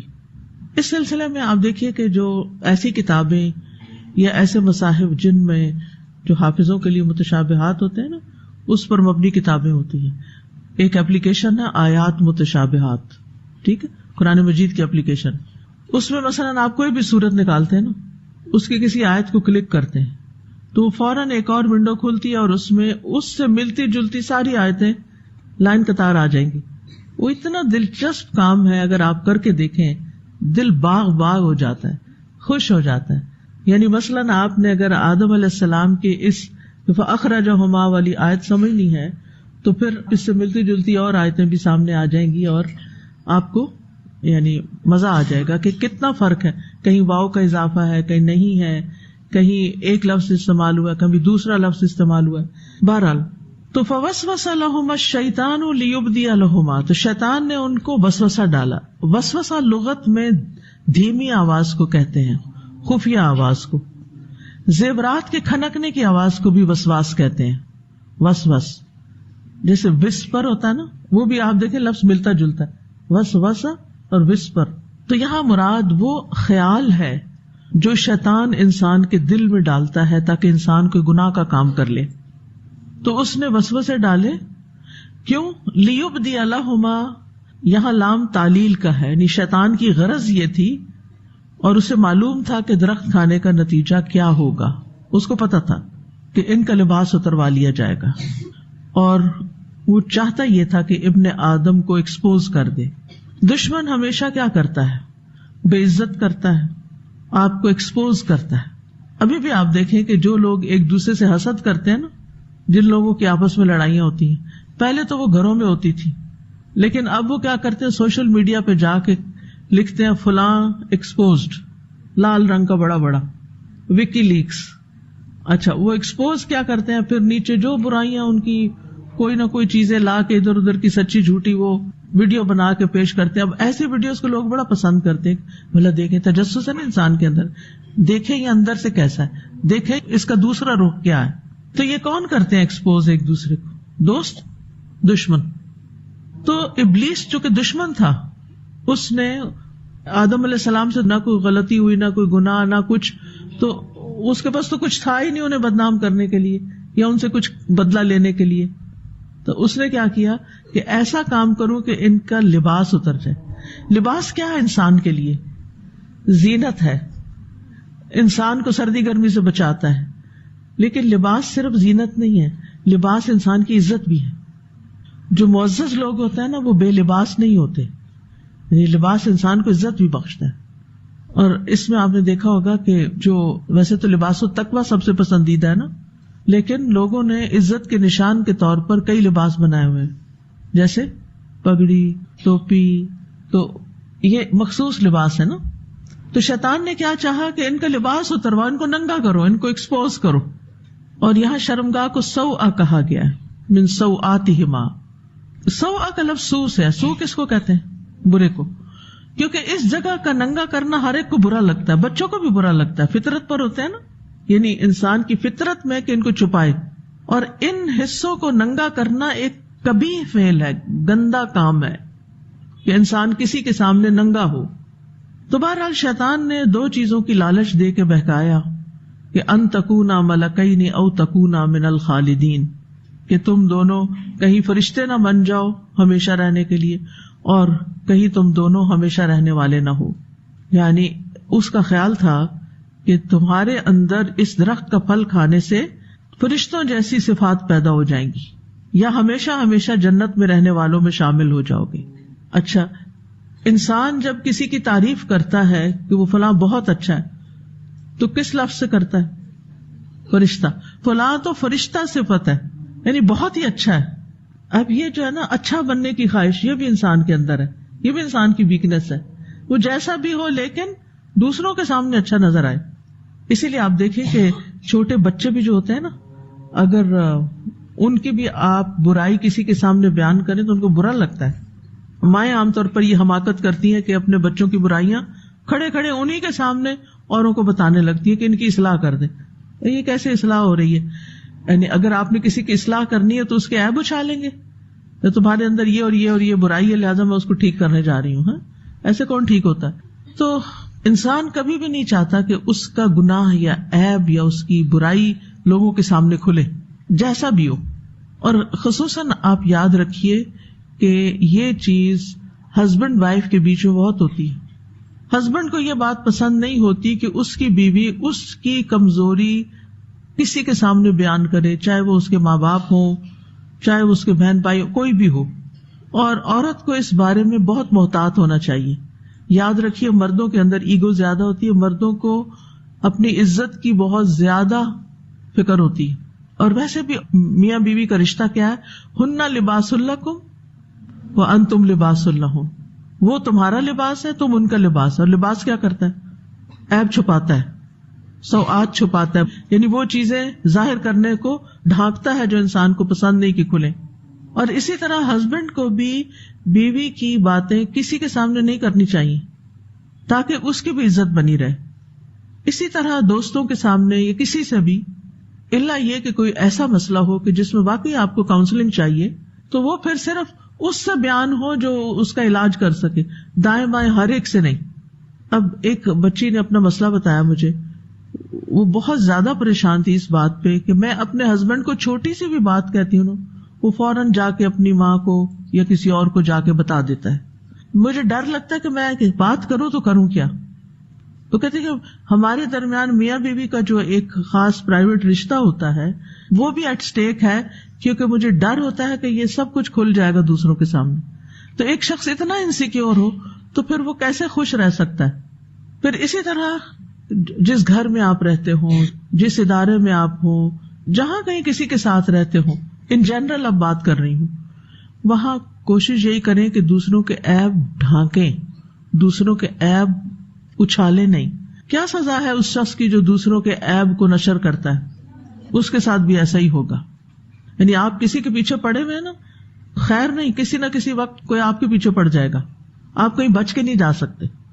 اور بعض اوقات انسان ری ایکشن میں دوسرے کی برائیاں کرنا شروع کر دیتا ہے. یعنی کبھی آپ کو پتہ چلتا ہے کہ کسی نے آپ کی برائی کی ہے تو آپ جواب میں کہتے ہیں تو خود نہیں پتا وہ فلاں ایسا ایسا ایسا. نہیں، یہاں روک لگانے کی ضرورت ہے. نہیں، اس نے جو بھی کہا ہے، آپ نے بس نہیں بولنا، آپ کو دوسروں کی برائیاں نہیں کرنی. کیوں؟ اب یہ ہے کہ شیطان جو تھا نا، اس نے صرف وسوسے تک اکتفا نہیں کیا. وسوسہ کیا ہوتا ہے؟ یہ خیال ہوتا ہے نا جو انسان کے دل میں بار بار آتا ہے، بار بار آتا ہے، یہ وسوسہ ہوتا ہے نا. شیطان وہ وائبز بھیج رہا ہوتا ہے، وہ آپ کو خیالات بھیج رہا ہوتا ہے، اندر ڈال رہا ہوتا ہے. صرف اتنا نہیں کیا اس نے، وَقَاسَمَهُمَا، قسم بھی کھا لی. اب آپ سوچیں کہ اگر کوئی آپ کے سامنے آ کر قسم کھا لیتا ہے تو آپ کو اس کی بات کا یقین کرنا پڑتا ہے یا نہیں، چاہے وہ جھوٹا ہی کیوں نہ ہو. شیطان جھوٹا تھا، لیکن جب اس نے قسم کھائی تو آدم علیہ السلام، پہلے تو وہ اتنے دن ذہن میں وہ باتیں ڈالتا رہا. ہوتا ہی ہے کہ شروع میں انسان کو کوئی چیز ذرا عجیب لگتی ہے کہ یہ کیا بات کر رہا ہے، پھر دوسرے دن انسان سنتا ہے، تیسرے دن ادھر سے سنتا ہے، چوتھے دن ادھر، اگلے دن وہ اس سے نا عادی ہو جاتا ہے. وہ کہتا ہے اچھا سب یہی کہہ رہے ہیں تو کچھ ہوگا ہی نا، یہاں تک آ جاتا ہے. پھر اگر کوئی قسم کھا کے وہی بات کر دے تو پھر، اسی لیے یہاں پر اس کو آپ آدم علیہ السلام کا گناہ نہیں بتائیں گے، کیونکہ نہ ان کا کوئی ارادہ تھا اور نہ وہ یہ چاہتے تھے کہ شیطان کی بات مانے، اور نہ وہ اللہ کی نافرمانی کرنا چاہتے تھے. یہ شیطان کی سخت کوشش کے بعد ایک پھسلن اور ایک بھول ہو گئی تھی. انبیاء جو ہوتے ہیں وہ سارے معصوم ہیں. اور یہاں یہ بات بھی یاد رکھیے کہ جھوٹی قسم کھانے والا بھی سب سے پہلا شیطان ہی تھا. سب سے پہلا حسد کرنے والا، اللہ کی نافرمانی کرنے والا. سب سے پہلی بات تو یہ کہ اللہ کا حکم نہیں مانا. سب سے پہلے شیطان نے اللہ کا حکم نہیں مانا، سجدہ نہیں کیا. پھر سب سے پہلا حسد اس نے کیا، سب سے پہلے تکبر اس نے کیا، پھر بحث اس نے کی، لاجک اس نے استعمال کیا، اور سب سے پہلے جھوٹی قسم اس نے کھائی. ابن کثیر کہتے ہیں ہمارے والد آدم علیہ السلام یہ سوچ بھی نہیں سکتے تھے کہ کوئی اللہ کی جھوٹی قسم بھی کھا سکتا ہے، کیونکہ جو شخص سچا ہوتا ہے نا وہ سب کو سچا سمجھتا ہے. ایسے ہی ہے نا. اور جو جھوٹا ہوتا ہے وہ سب کی بات سنتا ہے، تو زیادہ سب سوچتا ہے کہ یہ جھوٹ ہی نہ بول رہے ہوں. یعنی جو خود جھوٹ بولتا ہے اس کو دوسروں کی باتیں بھی سچی نہیں لگتی. تو آدم علیہ السلام کو تنبیہ کی جانے کے باوجود وہ درخت کا پھل کیوں کھا گئے؟ سورۃ طٰہٰ میں اس کا جواب آتا ہے، وَلَقَدْ عَهِدْنَا إِلَىٰ آدَمَ مِن قَبْلُ فَنَسِيَ وَلَمْ نَجِدْ لَهُ عَزْمًا. اور یقیناً ہم نے اس سے پہلے آدم سے عہد لیا تو وہ بھول گئے، وہ اپنا عہد بھول گئے. انہوں نے عہد کیا تھا، انہوں نے ارادہ کیا تھا کہ نہیں کبھی بھی نہیں جائیں گے اس درخت کے پاس، لیکن شیطان نے ان کو بھلاوے میں ڈال دیا اور ہم نے اس میں کوئی عزم نہ پایا. یعنی کس چیز کا عزم نہیں پایا؟ اس پھل کے کھانے کا. یہ پھل کھانے کا کوئی ان کا ارادہ نہ تھا، یہ مانا ہے وَلَمْ نَجِدْ لَهُ عَزْمًا.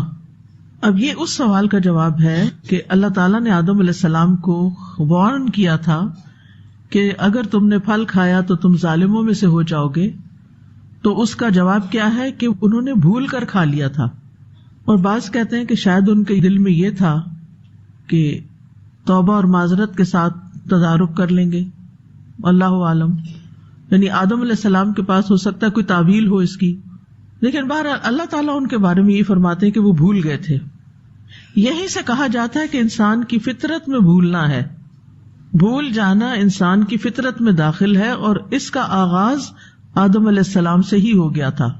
اور یہ بھی کہا جاتا ہے کہ ان کا عزم اتنا مضبوط نہ تھا کہ ہر وقت اللہ سے کیے ہوئے عہد کو یاد رکھ سکے. وَلَمْ نَجِدْ لَهُ عَزْمًا کا ایک معنی یہ بھی کیا جاتا ہے. تو ایک طویل مدت گزرنے کے بعد انسان اپنے کیے ہوئے وعدوں کو بھول جاتا ہے، سنے ہوئے سبق بھول جاتے ہیں، اور اس طرح وہ شیطان کا داؤ چل گیا. انہوں نے جان بوجھ کے نافرمانی نہیں کی تھی. اچھا اس میں کیا آتا ہے؟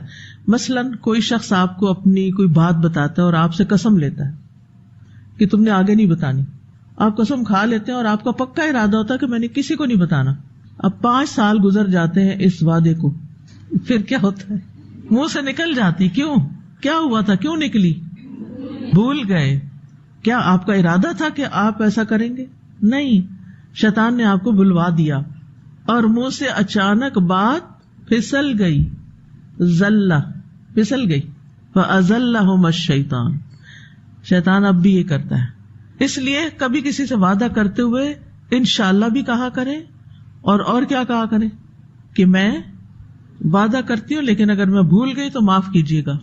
آپ بتانا چاہیں اپنی بات بتائیں، نہیں تو مجھے کوئی دلچسپی نہیں ایسے بوجھ اٹھانے کی، اپنا اعمال نامہ کالا کرنے کی. اصل میں نا ہم جرأت نہیں پاتے دوسرے کے ساتھ صاف بات کرنے کی. ہمیں کیا حکم دیا گیا؟ قولوا قولا سدیدا. کیا ہوگا؟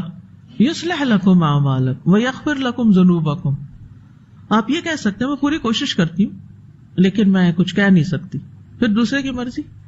اب ہوا کیا؟ نتیجہ کیا نکلا؟ فاخرجہما مما کانا فیہ. تو اس نے، شیطان نے ان دونوں کو اس میں سے نکلوا دیا جس میں وہ دونوں تھے. وہ کیا تھا؟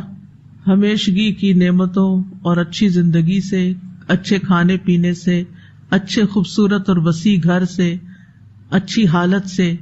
ایک معنی یہ کیا جاتا ہے.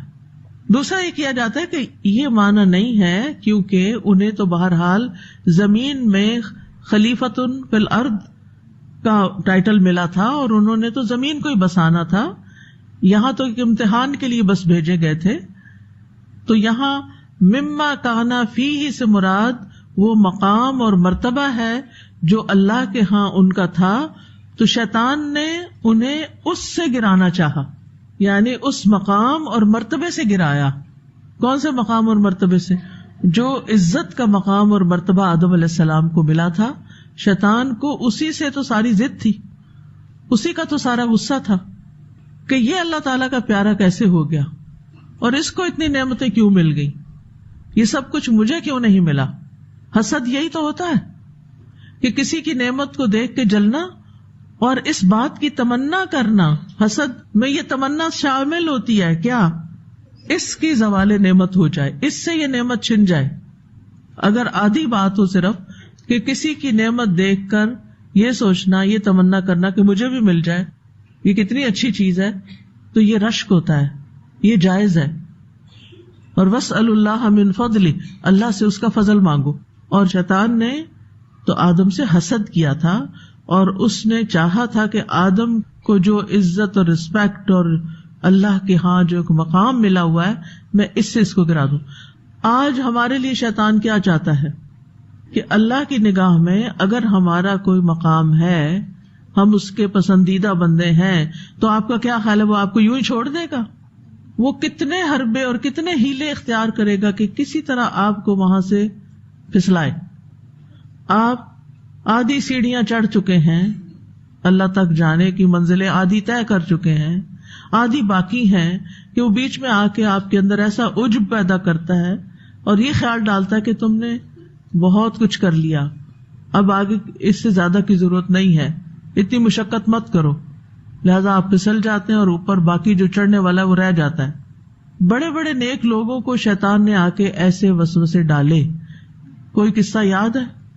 عبد القادر جیلانی کے بارے میں آتا ہے نا کہ ان کے پاس شیطان نے آ کے کیا کہا کہ تم تو اتنے اللہ کے قریب ہو چکے ہو کہ اب تمہیں مزید نمازوں کی ضرورت نہیں اور عبادت کی ضرورت نہیں. اسی طرح ایک اور قصہ میں نے سنا تھا جس میں عبد القادر جیلانی کہا تھا کہ تمہیں تمہارے علم نے بچا لیا. انہوں نے کہا کہ علم نہیں بچاتا، اللہ کا فضل بچاتا ہے، اللہ کا فضل ہو گیا. تو بعض اوقات ہمارے منہ سے ایسی باتیں نکل جاتی ہیں جس میں ہم اپنی بڑی تعریف کر رہے ہوتے ہیں کہ میری اس کوشش کی وجہ سے یہ نتیجہ نکل آیا. سیلف پریز یا پھر اور اسی طرح کے خیالات، اس سے نتیجہ کیا ہوتا ہے؟ انسان کی نیکی کا سفر اور نیکی کی طرف ترقی کر جانا یہ رک جاتا ہے.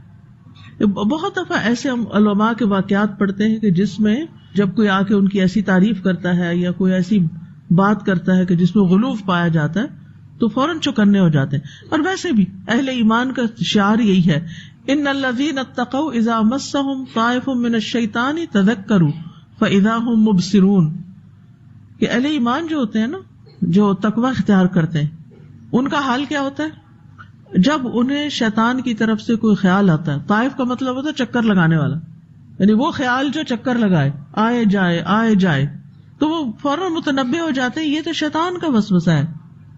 تذکروا، انہیں فوراً یاد آ جاتا ہے. فَإِذَا هُمْ مُبْصِرُونَ، تو وہ اچانک دیکھنے لگتے ہیں، انہیں حقیقت بالکل صاف نظر آنے لگتی ہے اور وہ بچ جاتے ہیں. تو بہرحال شیطان نے کوئی کسر نہ چھوڑی. سورۃ الاعراف میں آتا ہے فَدَلَّاهُمَا بِغُرُورٍ فَلَمَّا ذَاقَا الشَّجَرَةَ بَدَتْ لَهُمَا سَوْآتُهُمَا وَطَفِقَا يَخْصِفَانِ عَلَيْهِمَا مِنْ وَرَقِ الْجَنَّةِ وَنَادَاهُمَا رَبُّهُمَا أَلَمْ أَنْهَكُمَا عَنْ تِلْكُمَا الشَّجَرَةِ وَأَقُلْ لَكُمَا إِنَّ الشَّيْطَانَ لَكُمَا عَدُوٌّ مُّبِينٌ. بس اس نے ان دونوں کو دھوکے کے ساتھ کھینچ لیا. دَلَّاهُمَا بِغُرُورٍ، پھر جب انہوں نے اس درخت کو چکھ لیا، فَلَمَّا ذَاقَ، ابھی چکھا ہی، پیٹ بھر کے نہیں کھایا، چکھا، تو دونوں کی شرمگاہیں ان کے لیے ظاہر ہو گئیں اور وہ اپنے اوپر جنت کے پتے چپکانے لگے، یعنی شرم اور حیا کی وجہ سے. اور ان دونوں کو ان کے رب نے پکارا، کیا میں نے تمہیں اس درخت سے روکا نہ تھا اور تمہیں کہا نہ تھا کہ شیطان تمہارا کھلا دشمن ہے؟ تمہیں بتایا تھا نا، تم بھول گئے کہ یہ دشمن ہے تمہارا.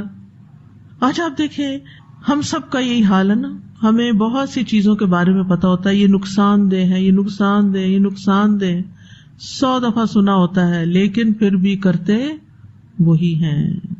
اللہ تعالیٰ ہماری اس کمزوری کو دور کر دے اور ہمیں ایسا یقین عطا کرے اور ایسی صلاحیت بخشے کہ جو چیزیں ہمارے حق میں نقصان دہ ہیں ہم ان کو قطعی طور پر چھوڑ دیں، چاہے وہ ہمارے کھانے پینے میں ہے، چاہے وہ ہمارے لائف سٹائل میں ہے، چاہے وہ ہمارے دین کے معاملے میں ہے، نمازوں کے بارے میں ہے اور دین کے معاملات کے بارے میں ہے. جب کسی چیز کا پتہ چل جائے اور دلیل سے پتہ چل جائے تو پھر اگلا قدم یہی ہونا چاہیے کہ ہم اس کام کو کر لیں، لیکن شیطان کرنے نہیں دیتا. اب یہ جو دلہما بغرور ہے نا، غرور کہتے دھوکے کو، یعنی شیطان نے ان دونوں کو دھوکہ دیا قسم کھا کے. عربی میں کہا جاتا ہے ما زال فلان یدلی لفلان بغرور، یعنی وہ شخص مسلسل دھوکہ دیتا رہا اور چکنی چپڑی باتیں کرتا رہا. اصل میں یہ تدلیہ سے ہے. تدلیہ کہتے ہیں پانی کا ڈول نیچے کنویں میں لٹکانا، یعنی پیاسا ڈول کو پانی میں لٹکائے تاکہ پانی پی سکے، جب وہ ڈول نکالے تو اس میں پانی نہ ہو، تو ڈول لٹکانے والا دراصل کیا تھا؟ دھوکہ کھا گیا. تو تدلیہ اوپر سے نیچے کی طرف ہوتا ہے. تو شیطان نے ان کو اوپر سے نیچے گرا دی، ان کی قدر و منزلت ختم کر دی اور ان کو ایسی چیز کی لالچ دلائی جو ہونے والی نہیں تھی. اور غرور کہتے ہیں باطن میں دھوکہ دینا، بظاہر خیر خواہی کرنا، اندر سے دھوکہ دینا. یعنی شیطان نے ان کو سبز باغ دکھائے اور یقین دہانی کرا کر کہ اگر تم نے یہ پھل کھایا تو تم فرشتوں کے درجے پہ پہنچ جاؤ گے. وسوسے بھی ڈالتا رہا اور قسمیں بھی کھاتا رہا اور نافرمانی پہ اکساتا رہا یہاں تک کہ کامیاب ہو گیا. ابن عباس کہتے ہیں اس نے ان دونوں کو قسم کے ذریعے دھوکہ دیا تھا. قتادہ کہتے ہیں اس نے ان دونوں کے سامنے اللہ کی قسم کھائی حتیٰ کہ وہ دھوکہ کھا گئے. اور اللہ پر ایمان لانے والے کو دھوکہ دیا جا سکتا ہے، یعنی مومن بھی دھوکہ کھا سکتا ہے. بعض علماء کہتے ہیں جو اللہ کا نام لے کے ہمیں دھوکہ دے ہم اس سے دھوکہ کھا جائیں گے. اللہ کا نام لے کے دھوکہ دے رہا ہے. رسول اللہ صلی اللہ علیہ وسلم نے مومن کی تعریف بھی کی تھی، مومن بھولا بھالا اور فراخ دل ہوتا ہے اور فاجر چالاک اور دل میں بغض رکھنے والا ہوتا ہے. تو مومن جو ہے وہ دوسرے کی بات کا ٹرسٹ کر لیتا ہے اور کھلے دل کا ہوتا ہے. وہ ایک عربی کا شعر ہے ان الکریم اذا تشاء خدعتہ وتری اللئیم مجربا لا یخدع. وہ کہتے ہیں کہ جو کریم معزز انسان ہوتا ہے تم جب چاہو اسے دھوکہ دے سکتے ہو. وہ اپنی ایک شرافت اور اپنے اخلاق اور ایک خاص اس کا جو لائف سٹائل ہے اس کی وجہ سے کوئی دھوکہ دے بھی رہا ہو تو یہ نہیں کہے گا مجھے پتہ چل گیا تو مجھے دھوکہ دے رہے ہو، یہ نہیں کہے گا. اور وہ کہتا ہے کہ جو لئیم کمینہ انسان ہوتا ہے وہ مجرب ہے کہ کبھی دھوکہ نہیں کھائے گا، کیونکہ وہ دوسروں کو دینے والا ہوتا ہے نا. تو حقیقت کیا ہے؟ جیسے ابن عباس نے کہا کہ ابلیس کے قسمیں کھانے سے آدم علیہ السلام اس کی باتوں سے دھوکہ کھا گئے. ابن تیمیہ کہتے ہیں جب اللہ کے دشمن نے آدم علیہ السلام کے لیے قسم کھائی کہ وہ ان کا خیر خواہ ہے اور اپنے کلام کو تاکید کی مختلف اقسام کے ساتھ پختہ کیا، جیسا کہ قرآن مجید میں ہے وَقَاسَمَهُمَا إِنِّي لَكُمَا لَمِنَ النَّاصِحِينَ لَمِنَ النَّاصِحِينَ، تو لم ان میں لام تاکید کے لیے ہے. تو آدم علیہ السلام نے سمجھا کہ شیطان اتنی جرأت نہیں کر سکتا کہ اللہ پہ جھوٹی قسم کھائے، اس لیے انہوں نے اس کی بات کو سچا جانا اور وہ اس طرف بڑھ گئے، درخت کے قریب چلے گئے جس سے منع کیا گیا تھا.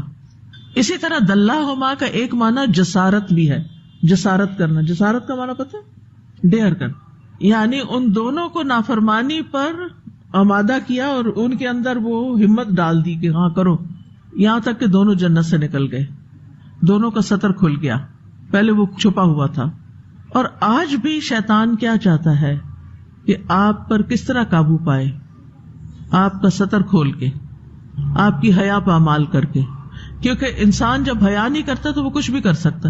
حدیث میں آتا نا اذا لم تستحی فاصنع ما شئت، جب تمہیں حیا نہیں تو پھر جو جی چاہے کرو، منہ سے جو باتیں چاہو نکالو، جو مرضی سوچو، حیا جو نہیں. تو جس کے اندر حیا ہوتا ہے، جیسے نبی صلی اللہ علیہ وسلم نے فرمایا نا تم اللہ سے حیا کرو جس طرح حیا کرنے کا حق ہے. لوگوں نے کیا کہا ہم تو اللہ سے حیا کرتے ہیں، ہمیں تو بڑی حیا آتی ہے اللہ سے. آپ نے فرمایا ایسے نہیں. اللہ سے حیا کرنا کیا ہے؟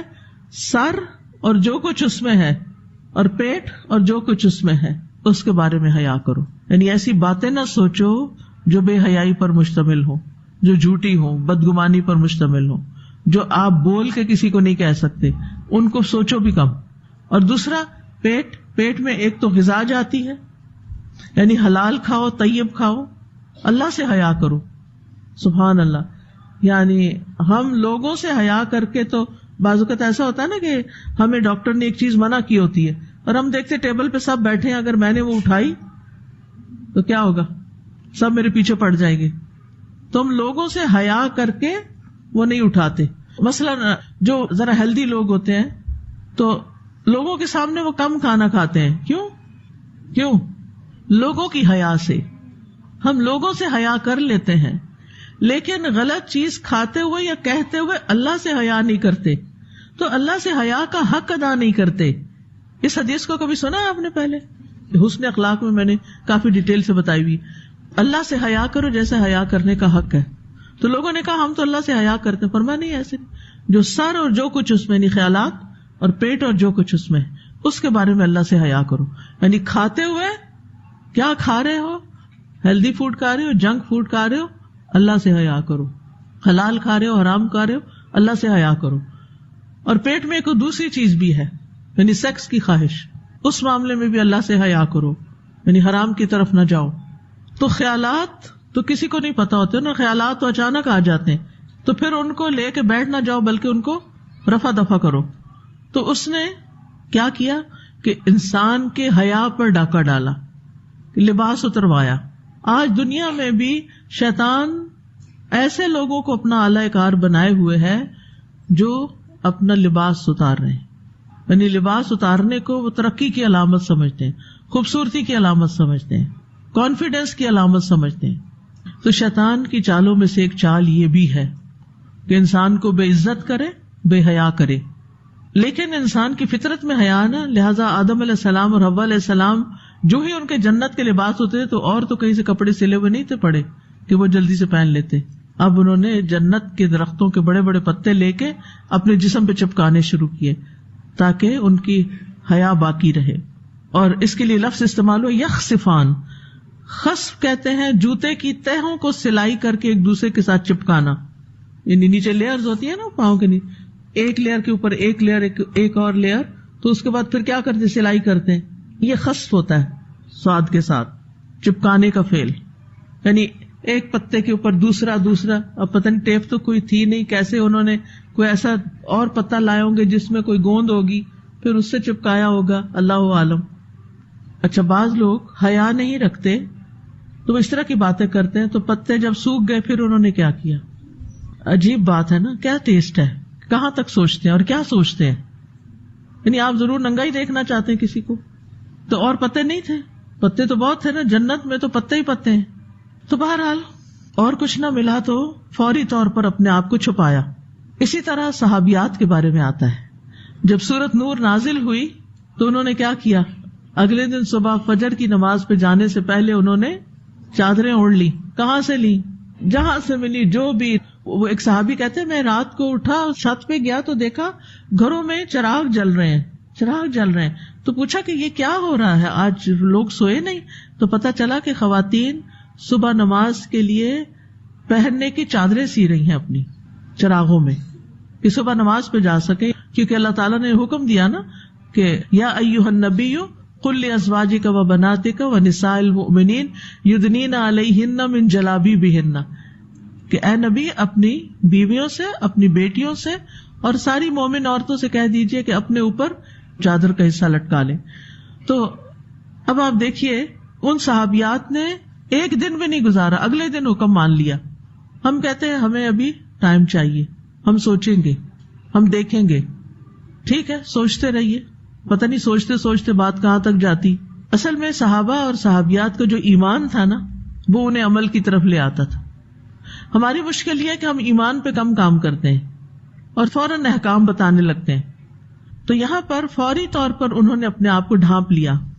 اللہ تعالیٰ نے ان دونوں کو پکارا، وَنَادَاهُمَا رَبُّهُمَا، اس حالت میں اللہ تعالیٰ نے ان کو آواز دی جس میں ایک ڈانٹ تھی، أَلَمْ أَنْهَكُمَا أَنْ تِلْكُمَا الشَّجَرَةِ وَأَقُلْ لَكُمَا إِنَّ الشَّيْطَانَ لَكُمَا عَدُوٌّ مُّبِينٌ، کیا میں نے تمہیں اس درخت کے پھل سے روکا نہیں تھا اور تم دونوں کو یہ بتایا نہیں تھا کہ شیطان تم دونوں کا کھلا دشمن ہے؟ یہاں دونوں سے خطاب ہے۔ اللہ تعالیٰ نے آدم علیہ السلام سے بھی کلام کیا اور حوا علیہ السلام کو بھی آواز سنوائی، اپنی ڈائریکٹ بات کی، یہ فرشتے کے ذریعے نہیں تھی۔ وَنَادَاهُمَا رَبُّهُمَا أَلَمْ أَنْهَكُمَا أَنْ تِلْكُمَا وَأَقُلْ لَكُمَا إِنَّ الشَّيْطَانَ لَكُمَا، دونوں کو برابر کی بات کی جا رہی ہے کہ تم نے اپنے دشمن کی بات مان کے ایک ممنوع کام کا، جس سے روکا گیا تھا، اس کا ارتکاب کیوں کیا۔ یہاں ایک بڑی اہم بات پتہ چل رہی ہے کہ جب اللہ تعالیٰ ناراض ہوتے ہیں تو اللہ تعالیٰ خاموشی نہیں اختیار کرتے، بلکہ اپنی ناراضگی کا اظہار کرتے ہیں۔ اچھا، کچھ لوگوں کا طریقہ کیا ہے، تو جب وہ ناراض ہوتے ہیں تو بات ہی نہیں کرتے۔ آپ پوچھتے بھی کیا ہے آپ کو، کوئی جواب نہیں، آپ خود ہی بوجھو کیا کرنا چاہیے۔ ٹھیک ہے، آپ کے اوپر جذبات حاوی ہیں اور آپ بول نہیں سکتے، اور آپ کو رونا آ رہا ہے اور آپ کو غصہ آ رہا ہے، اور آپ سوچ رہے ہیں کہ اس وقت میں نے کچھ بولا تو بہت فساد ہو جائے گا، اس لیے میں چپ ہوں۔ ٹھیک ہے، چپ ہو جائیں، لیکن ٹیکسٹ میسج کر دیں، آڈیو میسج کر دیں۔ میں ایسے ہی کرتی ہوں۔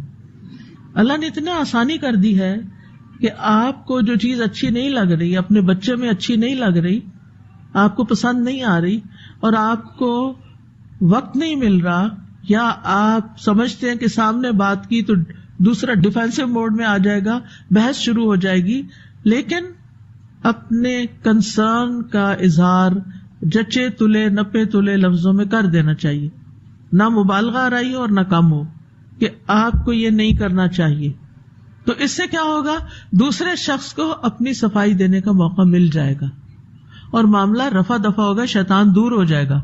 لیکن اگر آپ نے صرف اپنے دل میں رکھ کے کڑ کڑ کے اور اکیلے میں رو رو کے اور پریشان ہو کے، یا پھر کسی اور کے ساتھ ڈسکس کر کے، اور جس کے ساتھ مسئلہ ہے اس غریب کو خبر ہی کوئی نہیں، تو شیطان ہمیں نا سیدھے طریقے بھی نہیں اختیار کرنے دیتا۔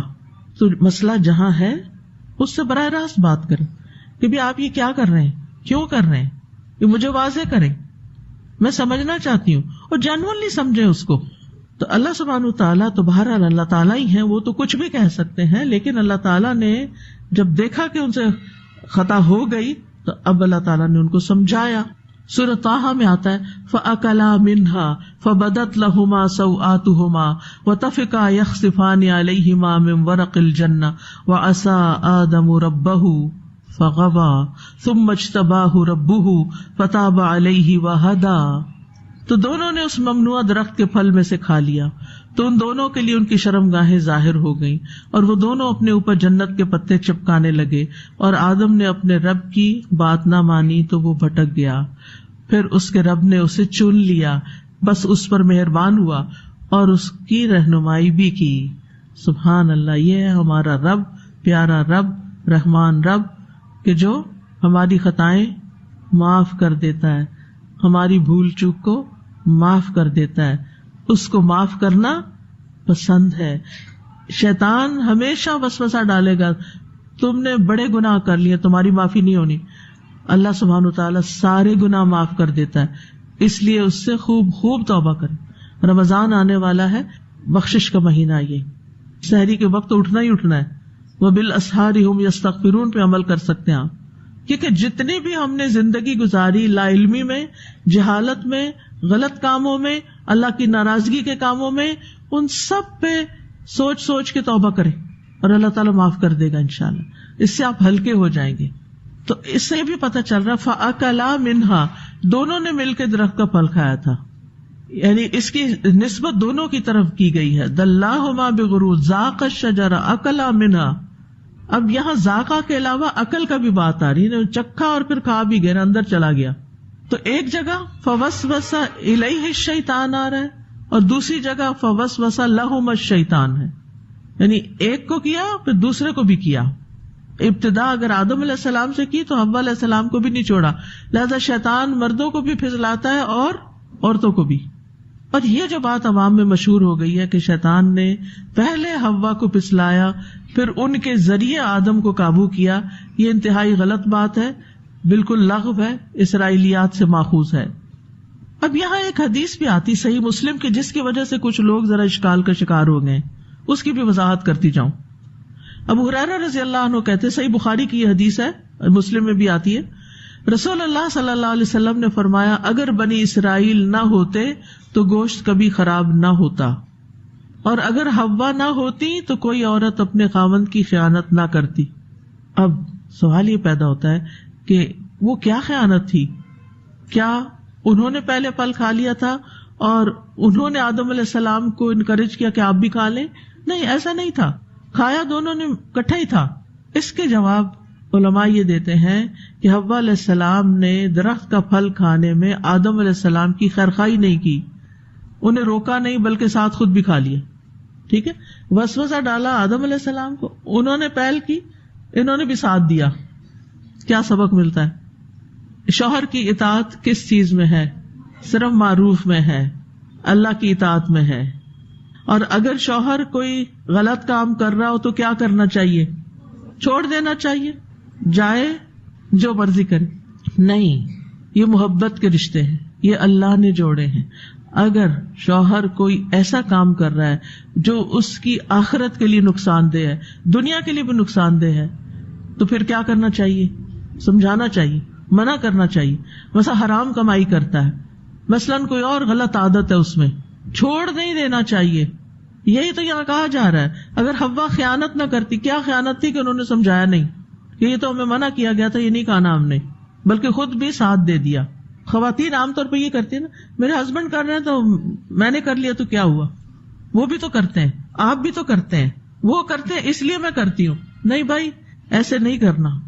حدیث میں ہے اگر وہ نہ کرتی تو کوئی عورت بھی ایسا نہ کرتی، کیونکہ انہوں نے کیا تو اب ان سے خواتین میں یہ چیز ٹرکل ڈاؤن ہوئی اور خواتین میں بھی آ گئی، اب آ گئی ہے، لہٰذا اس پر ایکسٹرا کانشیس ہونا ہے، اپنا رول پلے کرنا ہے. ٹھیک ہے نا، منع کرنا. اچھا ہوتا پتہ کیا ہے، منع کرنے پہ ڈانٹ پڑتی ہے اچھی بلی، تو پھر ہم کیا کہتے ہیں، تو بہتر ہے شیر سویا رہے، ہم نہیں اس کو منع کرتے کیونکہ اس کو اٹھایا تو ہماری شامت آئے گی، ہم نے منع کیا تو لڑائی پڑ جائے گی. اچھے طریقے سے منع کریں، لیکن یہ نہ کریں تمہاری راہ اپنی اور میری راہ اپنی. نہیں، ایسے نہیں زندگی گزرتی، دونوں نے مل کے چلنا ہوتا ہے. اپنے پیارے رشتوں کو کیسے چھوڑ دیتے ہیں؟ اللہ تعالیٰ فرماتے ہیں یا ایھا الذین آمنوا قوا انفسکم واہلیکم نارا، ہے لوگوں جو ایمان لائے، اپنے آپ کو اور اپنے گھر والوں کو آگ سے بچاؤ، خود بھی بچو ان کو بھی بچاؤ۔ امر بالمعروف کہاں سے شروع ہو؟ گھر سے شروع، لیکن اس کی استاد نہ بنے، شوہر کی استاد نہ بنے، کیونکہ اس سے ٹیچر نہیں بیوی چاہیے ہوتی ہے جو اس کی بات بھی غور سے سن لے۔ اس کا یہ مطلب نہیں کہ ہم اس کی خیر خواہی نہ کریں اور اس کو غلط نہ بتائیں، اچھے سے بتائیں گے، لیکن ہر وقت ہر بات پہ ٹوکا ٹوکی، ہر بات پہ یہ ٹھیک نہیں، وہ ٹھیک نہیں، ایسے نہیں، ویسے نہیں، یہ نہیں، وہ نہیں، یہ نہ کریں گھر میں۔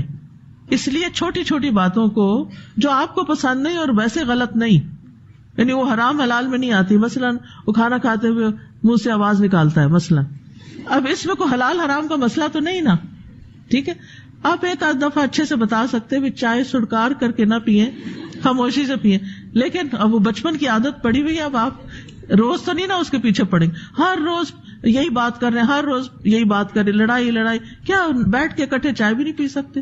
پھر ایسے لوگ نہیں پی سکتے نا۔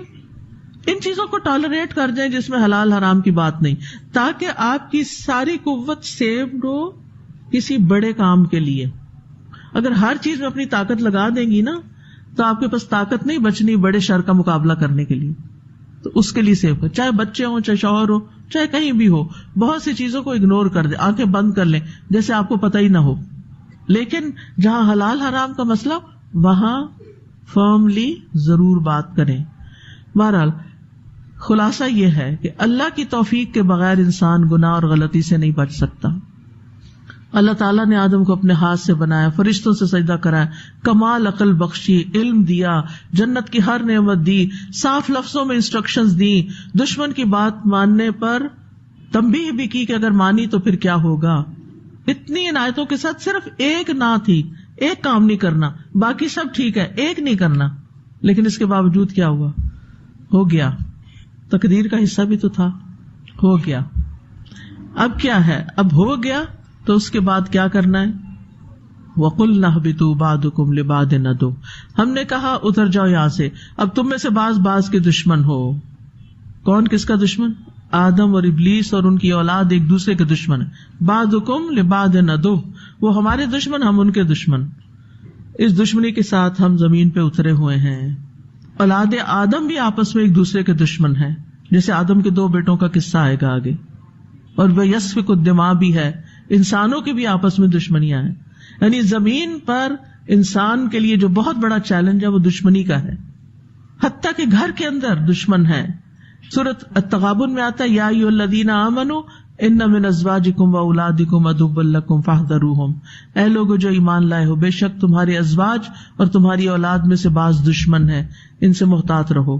کبھی شوہر بیوی کا اور کبھی بیوی شوہر کی دشمن ہو سکتی ہے، اور کبھی اولاد، اور کبھی بیوی ایسی ہو سکتی ہے کہ وہ شوہر کو برائیوں کے لیے اکسائے اور نیکیوں سے روکے، اور کبھی شوہر ایسا ہو سکتا ہے کہ وہ بیوی کو نماز نہ پڑھنے دے، قرآن نہ پڑھنے دے، نیک کام کے لیے نہ جانے دے۔ اور شیطان کی عداوت تو ہے ہی، ان الشیطان لکم عدو فاتخذوہ عدوا، اللہ تعالیٰ نے ہم سے عہد لیا یا بنی آدم اللہ تعبدوا الشیطان انہ لکم عدو مبین۔ تو شیطان کی عداوت میں کوئی شک ہی نہیں، وہ ہر طرح سے کوشش کر رہا ہے کہ آپ کو نقصان میں ڈالے۔ وَلَكُمْ فِي الْأَرْضِ مُسْتَقَرٌّ وَمَتَاعٌ إِلَىٰ حِينٍ، زمین میں تمہارے لیے ٹھکانہ ہے، جائے قرار ہے، تمہاری کچھ عمر مقرر ہے، اس کے بعد تمہیں واپس آنا ہے۔ مِنْهَا خَلَقْنَاكُمْ وَفِيهَا نُعِيدُكُمْ وَمِنْهَا نُخْرِجُكُمْ تَارَةً أُخْرَىٰ، اسی زمین سے ہم نے تمہیں پیدا کیا، اسی میں واپس لوٹائیں گے مرنے کے بعد قبر میں، اور اسی میں سے تمہیں دوبارہ نکالیں گے۔ کہاں نہیں جا کے رہ سکتے؟ مریخ پہ۔ اور زمین پر ایک مقرر وقت تک رہنا ہے، متاع الی حین ہے۔ انما هذه الحیات الدنیا متاع وان الاخرۃ ہی دار القرار، گھر وہاں ہے، گھر یہاں نہیں ہے۔ سورۃ الاعراف میں آتا ہے قال اهبطوا بعضکم لبعض عدو ولکم فی الارض مستقر ومتاع الی حین قال فیہا تحیون وفیہا تموتون ومنہا تخرجون، فرمایا اتر جاؤ، بعض تمہارے بعض کے دشمن ہیں، اور تمہارے لیے زمین میں ایک جائے قرار ہے، اور ایک وقت تک فائدہ اٹھانا ہے. فرمایا اسی زمین میں تم جیو گے، اسی میں مرو گے، اسی سے نکالے جاؤ گے. وآخر دعوانا ان الحمد للہ رب العالمین. سبحانک اللہم وبحمدک، اشہد ان لا الہ الا انت، استغفرک واتوب الیک. السلام علیکم ورحمۃ اللہ وبرکاتہ. وعلیکم السلام ورحمۃ اللہ وبرکاتہ. الحمدللہ الحمدللہ، اللہ سبحانہ تعالیٰ کی توفیق سے ہم آج کا یہ خوبصورت قصہ کمپلیٹ کر پائے ہیں. کیا لیسن لیا آپ سب نے؟ کیا چیز سمجھ آئی شیطان کے؟ ہم نے شیطان کا وار سمجھنے کی کوشش کرنی ہے. شیطان نے ایسا کیوں کیا؟ سب سے پہلا کوشچن، شیطان نے ایسا کیوں کیا؟ کیا وجوہات تھے؟ حسد کی وجہ سے؟ جی. اور اچھا، سب کے ذہن میں حسد، بالکل. لیکن اس نے حسد کیوں کیا؟ دشمنی تھی؟ جی بارک اللہ فی. اس نے حسد کیوں کیا؟ تکبر کی وجہ سے. بارک اللہ فی. جی، اس شیطان میں جو سب سے بڑی صفت تھی نا، اس نے تکبر کیا. اس کے اندر تکبر آ گیا تھا. عبادتوں کو وہ کرتا تھا اللہ سبحانہ تعالیٰ کی. حسد اس کو کیوں ہوا؟ شیطان وہ پہلا انسان، پہلا وہ تھا، ابلیس سب سے پہلا جس نے حسد کیا، جس نے بحث کی، جس نے اللہ کے حکم کو نہیں مانا، اور جس نے اللہ سبحانہ تعالیٰ کی جھوٹی قسم کھائی. اس کو برائی کون ملی؟ سوری سسٹر اسما، میں آپ کی بات نہیں سمجھ سکی. لیکن سسٹر، جو سب سے پہلی چیز تھی نا ابلیس کی، ہمیں اس کو سمجھنے کی، ہمیں جس کا روٹ کاز تھا وہ کیا تھا؟ کہ اس کے اندر تکبر تھا. کیا ہمارے اندر تکبر ہے؟ کیا ہم اپنے آپ کو کسی سے اونچا سمجھتے ہیں؟ کسی سے بھی؟ جہاں پہ ہمارے ذہن میں یہ چیز آ گئی کہ یہ بڑائی ہماری طرف سے ہے، ہمیں علم ہے تو ہماری کوالٹیز ہے، جہاں ہمیں اپنی کوالٹیز پہ، اپنے آپ پہ فخر ہونے لگ گیا، وہاں پہ ہمارے اندر تکبر کی جڑ بیٹھنے لگ جاتی. یہ سب سے چھوٹا سائن ہوتا ہے. ہمیں اپنے آپ کو خود، یہ صرف لیکچر سن کے اور یہ اس کے قصے سن کے ہم نے ان کو خالی اگنور نہیں کرنا، غور و فکر کرنا ہے. ہمیں کیوں بتایا جا رہا ہے کہ ہم اس میں سیکھیں کہ ہمارے لیے عمل کی کیا بات ہے، ہم نے اپنے آپ کو کس جگہ پہ فکس کرنا ہے، کہاں ہماری غلطیاں ہیں اور کہاں ہم نے اس کو سدھارنا ہے. جہاں پہ بھی ہم اپنی، چاہے وہ پڑھائی سے، چاہے وہ لباس سے، چاہے وہ اپنے گھر سے، کسی چیز کو لے کے ہمارے ذہن میں چھوٹا سا بھی تکبر آ گیا، تھوڑی سی بھی چیز جہاں ہمیں اپنی بڑائی نظر آنے لگی، وہاں پہ ہمارے اندر ہم ابلیس والی کوالٹیز آ جائیں گی. اس چیز کو یاد رکھنا ہے. کوئی بھی چیز اللہ سبحانہ تعالیٰ نے جو ہمیں دی ہے، جو کسی اور کو دی ہے، وہ ہمارا فضل نہیں ہے، وہ ہمارا کرم نہیں ہے، وہ اللہ سبحانہ تعالیٰ کی طرف سے دی ہوئی ہے. اس میں ہماری کوئی وہ چیز نہیں ہے، کوئی ایفرٹ نہیں ہے. آج اللہ سبحانہ تعالیٰ چاہے تو یہ لے ہم سب سے. جب میں یہ جو ٹرکی کے ان لوگوں کے قصے سن رہی تھی کہ ہفتہ پہلے وہی لوگ جو زکوٰۃ دینے والے تھے، جو ان کے پاس گاڑیاں تھیں، چیزیں تھیں، ہفتے کے بعد وہ لوگ زکوٰۃ کے مستحق ہو گئے. سبحان اللہ. یہ سب کیا ہے؟ یہ اللہ سبحانہ تعالیٰ کی شان ہے. وہ جس کو اٹھا دے، جس کو گرا دے، جس کو جو لیول عطا کر دے. اگر آج بھی ہم جس مقام پہ ہیں، یہ سب اس کا کرم ہے. تو سب سے بڑی اس میں کیا چیز آئی تھی؟ سب سے پہلے اس کا تکبر آ گیا. ٹھیک ہے، تو تکبر کو اپنے اندر پہچاننے کے لیے کیا کرنا چاہیے ہم سب کو؟ ہمارے لیے ایکشن پوائنٹ آپ لوگ جلدی جلدی سے بتائیں گے. آپ لوگوں کا ایکشن پوائنٹ کیا ہے؟ سب سے پہلی چیز ہمیں کیا کرنی چاہیے؟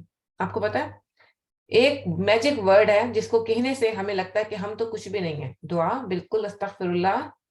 ایک اور میجک ورڈ ہے جس میں ہمیں الحمدللہ، الحمد، شکر، بارک اللہ فی. جی الحمدللہ. جو ہم الحمدللہ کہتے ہیں نا، تو ہمیں یہ لگتا ہے کہ یہ کوالٹی ہماری نہیں ہے، یہ چیز ہماری نہیں ہے، یہ تو اللہ کی شان ہے. اللہ سبحانہ تعالیٰ نے ہمیں اس سے نوازا ہے. وہیں پہ ہمارے دل میں اللہ کی بڑائی آتی ہے اور انسان کو اپنے اندر کی عاجزی جاگنے لگتی ہے. تو سب سے پہلی چیز ہم نے اپنے اندر کیا کرنی ہے؟ الحمدللہ کا ذکر بڑھانا ہے. اور ایسے نہیں، ہر چیز پہ دل سے الحمدللہ کہیں. اگر الحمدللہ اللہ کی توفیق نہ ہوتی تو ہم تو اس کلاس میں بھی نہ بیٹھ سکتے، ہم اس کتاب کو بھی پڑھنے کی توفیق نہ رکھ سکتے.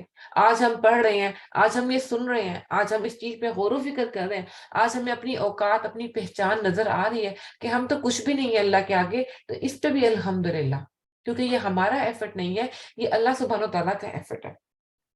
اللہ سبحانہ و تعالیٰ کی دی ہوئی قوت، اللہ سبحانہ و تعالیٰ کا فضل ہے۔ پھر سیکنڈ چیز جو آئی تھی اس کے اندر حسد، حسد کو کیسے پہچانیں گے؟ حسد کے لیے ہمیں کیا کرنا ہے؟ آج کے اپنے عمل کے پہچان اس میں سے اپنے حسد کو ختم کرنا ہے نا۔ ان یہ چیزوں کو، یہ روٹ کاز ہے جو ہمیں برائی کی طرف، جو ہمیں شیطان کا ساتھی بناتے ہیں، ہم نے اس کا ساتھی نہیں بننا، ہم نے ان چیزوں سے دور رہنا ہے۔ تو حسد کے لیے سب سے پہلے کیا چیز آپ کے ذہن میں آتی ہے؟ کیا کرنا چاہیے حسد کے لیے؟ دعا کرنا چاہیے، جی۔ اچھا، اگر کسی کی چیز دیکھ کر ہمیں یہ لگ رہا ہے کہ ہمارے پاس بھی یہ چیز ہونی چاہیے، تو کیا یہ حسد ہے؟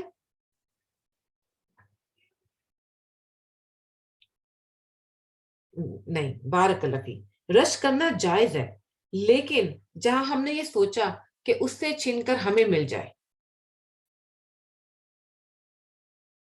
جہاں ہم نے یہ سوچا کہ اس سے چھن کر ہمیں مل جائے، یا اس کو کیوں ملی ہے، بارک اللہ فی، جی یہ حسد ہے۔ ہمیں اس چیز پہ کنٹرول کرنا ہے کہ جو چیز ہمارے پاس ہے وہ ہماری، مطلب جو چیز ہمارے پاس، جس طرح اللہ سبحانہ تعالیٰ نے دوسرے کو دی ہے وہ ہمیں بھی نوازے گا۔ اللہ سبحانہ تعالیٰ کا فضل مانگنا چاہیے، اللہ سبحانہ تعالیٰ سے، جی دوسرے کے لیے بھی دعا کریں، پھر اللہ ہمیں بھی عطا کرے۔ اور اللہ سبحانہ تعالیٰ ہمیں کیسے عطا کریں گے؟ جی بارک اللہ فی، دعا مانگنی ہے اور اس سے اللہ سبحانہ تعالیٰ کا فضل مانگنا ہے، اور دوسرے کو بھی دعا دینی ہے، دوسرے کو اس میں برکت کی دعا دینی۔ جب آپ کسی دوسرے کے لیے دعا کرتے ہیں تو آپ کے لیے اس پہ فرشتے آمین بولتے ہیں۔ اور آپ تو یہ سوچیں نا کہ ہم تو کسی کو دعا دیں گے نا تو ہم تو ایک نارمل انسان ہے، ہمیں پلٹ کے کون سی مخلوق دعا دے رہی ہے؟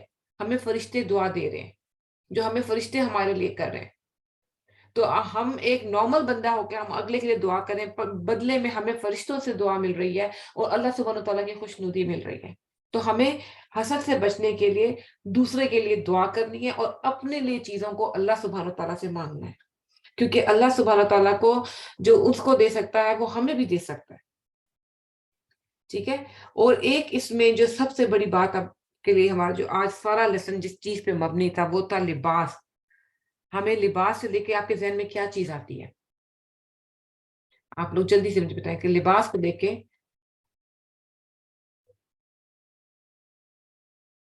عزت ہے، جی بارک اللہ فی، چھپانا اپنا جسم، بارک اللہ فی، حیا، مین ورڈ حیا، جی عیب چھپانے، اللہ مبارک اس رسمان، جی ہمیں عیبوں پر پردہ ڈالنا ہے، ہمیں عیبوں پہ، لوگوں کے عیبوں پہ پردہ ڈالنا ہے۔ وہ کیسے ڈالیں گے ہم؟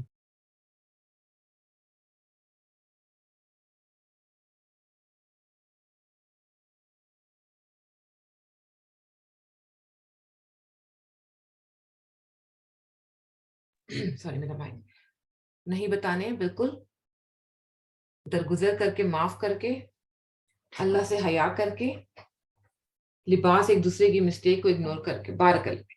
آپ کو پتہ جب آپ کسی کے عیبوں میں پردہ ڈالیں گے تو اس کا بدلہ، اس کا صلہ کیا ہوگا، اس کا بدلہ کیا ہوگا، اس کا اجر کیا ہوگا؟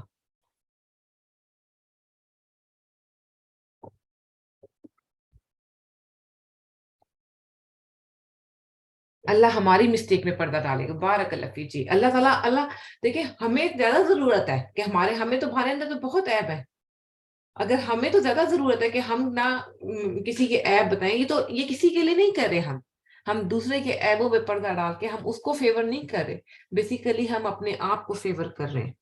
ہمارا جو لباس، ہمارا جو دوسرے کا کور اپ نہیں کر رہے، ہم اپنے آپ کو کور کر رہے ہیں۔ اور خاص طور پہ عورتوں کے لیے کہا گیا نا کہ کیوں دو جہنم میں وہ زیادہ ہوں گی، کہ وہ اپنے شوہروں کی برائیاں کرتی ہیں۔ خاص طور پہ اپنے شوہروں پہ کے لیے باتوں کو ڈسکس کرنے کے لیے ہمیں اس چیز کے لیے بہت زیادہ محتاط ہونا ہے۔ اپنے بچوں کی برائیوں کو لوگوں سے نہیں بتانا ہے۔ دیکھیں ایک ڈسکشن آپ کسی سے ہیلپ کے لیے لینا چاہتے ہیں نا، وہ سم تھنگ ڈفرینٹ ہے۔ ایسا نہیں ہے کہ آپ کسی سے مدد نہیں لے سکتے، یا آپ کو کسی پرابلم میں ہیں تو آپ کسی کو بتا نہیں سکتے، لیکن اس میں زیادتی نہ ہو۔ جتنی چیز ہے اگر آپ نے اس سے بڑھ کر بتائی تو آپ نے اس کا حق صحیح نہیں ادا کیا، ٹھیک ہے۔ تو ہمیں اس چیز پہ بھی پردہ رکھنا ہے کہ ہم کسی کو، جو ہمارے پاس دوست ہیں، ہماری اولاد ہے، ہمارا شوہر ہے، ہماری فیملی ممبرز ہیں، ہم لوگوں کو کئی دفعہ لگتا ہے کہ ہم اگر کسی کے عیب نہیں بتائیں گے یا ہم کسی سے ڈسکس نہیں کریں گے، ہم اس کا پارٹ نہیں بنیں گے، اس کنورسیشن کا پارٹ نہیں لگتے، اپنے آپ کو آؤٹ فیل کرنے لگتے ہیں۔ کوئی بات نہیں، ہمیں آؤٹ ہو جانا ہے، ہمیں ان چیزوں میں سے نہیں بننا جو اللہ سبحانہ وتعالیٰ کی اس میں نہیں ہے. اور فرض کریں کہ اگر آج ہم کسی کے عیبوں کو ڈسکس کریں، کل کو ہمارا بھی اگر اللہ تعالیٰ نے ہمیں لوگوں کے سامنے بے پردہ کر دیا تو ہمارے لیے کیا وہ عزت رہے گی.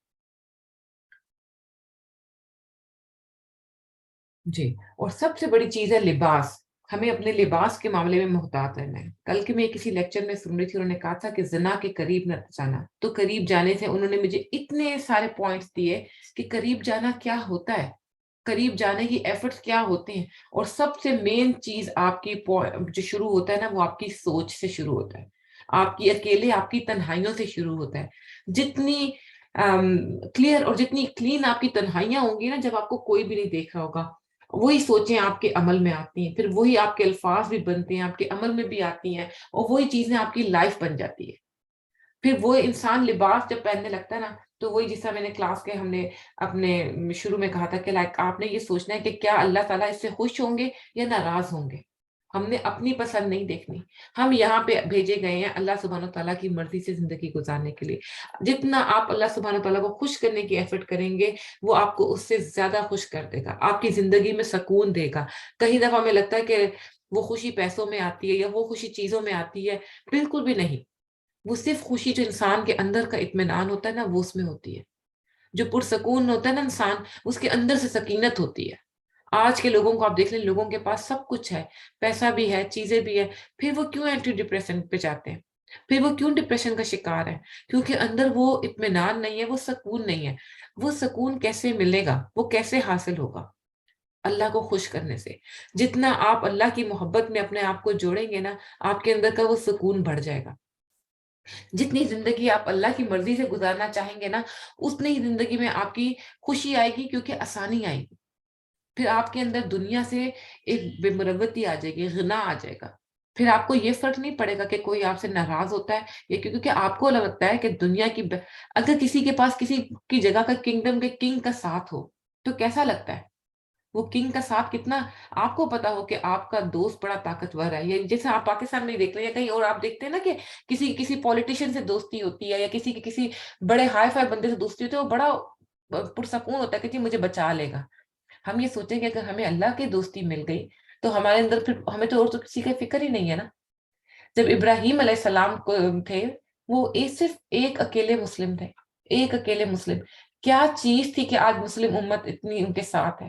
کیا وجہ تھی؟ ان کے اندر وہ سکون تھا، وہ محبت تھی جو اللہ سبحانہ تعالیٰ کی طرف سے ملی تھی. ان کے اندر ان کو جس چیز بندے کا ساتھ، جس ذات کی ان کے ساتھ قوت شامل تھی نا، جو فرینڈشپ ان کو شامل تھی، جو آپ کے جو ساتھ ان کو ملا تھا، وہ اللہ کا تھا. اس کے علاوہ انہوں نے ساری دنیا کا ساتھ چھوڑ دیا تھا. آج الحمدللہ مسلم امت کو دیکھیں کتنے زیادہ لوگ ہیں، لیکن جب وہ تھے تو وہ اس جنگ میں صرف اکیلے تھے. حضرت عیسیٰ علیہ السلام کے ساتھ صرف 17 حواری تھے. کیا چیز تھی ان کے ساتھ؟ وہ اللہ کی محبت تھی نا. وہ اللہ کی محبت کیسے جاتی ہے انسان کے اندر؟ جس کے اندر جتنی زیادہ محبت ہوگی، اس کے اندر اتنی زیادہ طاقت آئے گی، وہ قوت آئے گی، وہ ایمان بڑھ جائے گا. پھر آپ کو کوئی بھی چیز کو فالو کرنا مشکل نہیں لگے گا. کسی بھی چیز کہ ہم نے اس کو یہ کرنا ہے، ہمیں رائٹ اور رانگ میں فرق کرنے میں ہمیں مشکل نہیں آئے گی کہ ہمارے دوست چھوٹ جائیں گے، ہماری فیملی چھوٹ جائے گی. ہمیں صرف شیطان کو اپنے آپ سے بھگانا ہے، اور کچھ بھی نہیں چھوٹتا. یہ صرف ایک وسوسہ ہے. ہم نے سنا ہے نا، آج اساتذہ نے کہا وہ وسوسے ڈالتا ہے. ان کے اندر بھی وسوسے ڈالے تھے، حضرت آدم علیہ السلام کے اندر بھی وسوسے ڈالے تھے. وہ تو کسی کو نہیں بخشتا، تو ہمیں کیسے چھوڑ دے گا کہ وسوسہ نہ آئے؟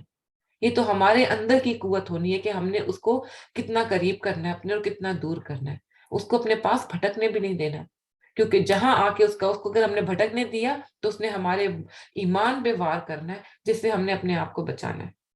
اللہ سبحانہ تعالیٰ ہم سب کو، ہمارے بچوں کو، ہماری اولادوں کو شیطان کے فتنے سے، شیطان کے وار سے دور رکھے، اور ہمیں ایسا مسلمان بنائے جیسا اللہ سبحانہ تعالیٰ ہمیں بننے چاہتے ہیں، کہ ہم سے اچھے نیک کام لے لیں.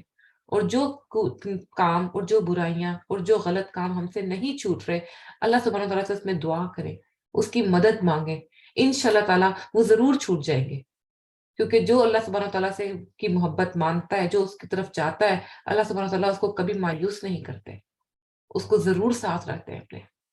اور جس کو اللہ سبحانہ تعالیٰ کی محبت مل جائے اس کو تو پھر دیکھیں نا، جیسے ہم نے حدیث میں بھی ہے کہ جس سے اللہ تعالیٰ محبت کرتا ہے اس سے پھر جبرائیل علیہ السلام کو بولا جاتا ہے، پھر فرشتوں کو بولا جاتا ہے، پھر وہ محبت دنیا میں اتار دی جاتی ہے، بالکل وہ محبت دنیا میں آتی ہے۔ صرف یہ ہمارا ایمان اتنا مضبوط ہونا چاہیے کہ ہم یہ سوچ لیں کہ ہمیں اللہ کی محبت مل جائے تو ہمیں دنیا کی ہر چیز کی محبت مل جائے گی۔ اور جو محبتیں آپ کو نہیں مل رہی نا، اس میں اللہ سبحانہ تعالیٰ کی خیر ہے، اس میں مایوس نہیں ہونا، یہ شاید آپ کے لیے ہے ہی نہیں، یہ شاید آپ کو کسی برائی کی طرف لے جائے جو ہمیں نہیں پتا۔ کئی لوگ اپنی اولاد کی وجہ سے پریشان ہیں، کئی لوگ اپنے پارٹنرز، اپنے ہسبینڈ وائف، چیزیں ان کی وجہ سے پریشان ہیں، ہمیں نہیں ان کی محبت مل رہی۔ کوئی کسی کو خوش کرنا چاہ رہا ہے، کوئی کسی کو خوش کرنا چاہ رہا ہے، اس خوشی میں وہ خود لوگوں کو خوش کرنے میں ہم خود نہ خوش ہوتے جا رہے ہیں۔ صرف ایک ذات کو خوش کر دینا، زندگی کا اطمینان مل جائے گا۔ اللہ تعالیٰ ہم سب کے دلوں کو اپنی محبت سے بھر دے اور اللہ تعالیٰ ہم سب سے محبت کر دے۔ وآخر دعوانا ان الحمد للہ رب العالمین۔ سبحانک اللہم وبحمدک، نشہد ان لا الہ الا انت، نستغفرک واتوب الیک۔ السلام علیکم ورحمۃ اللہ وبرکاتہ۔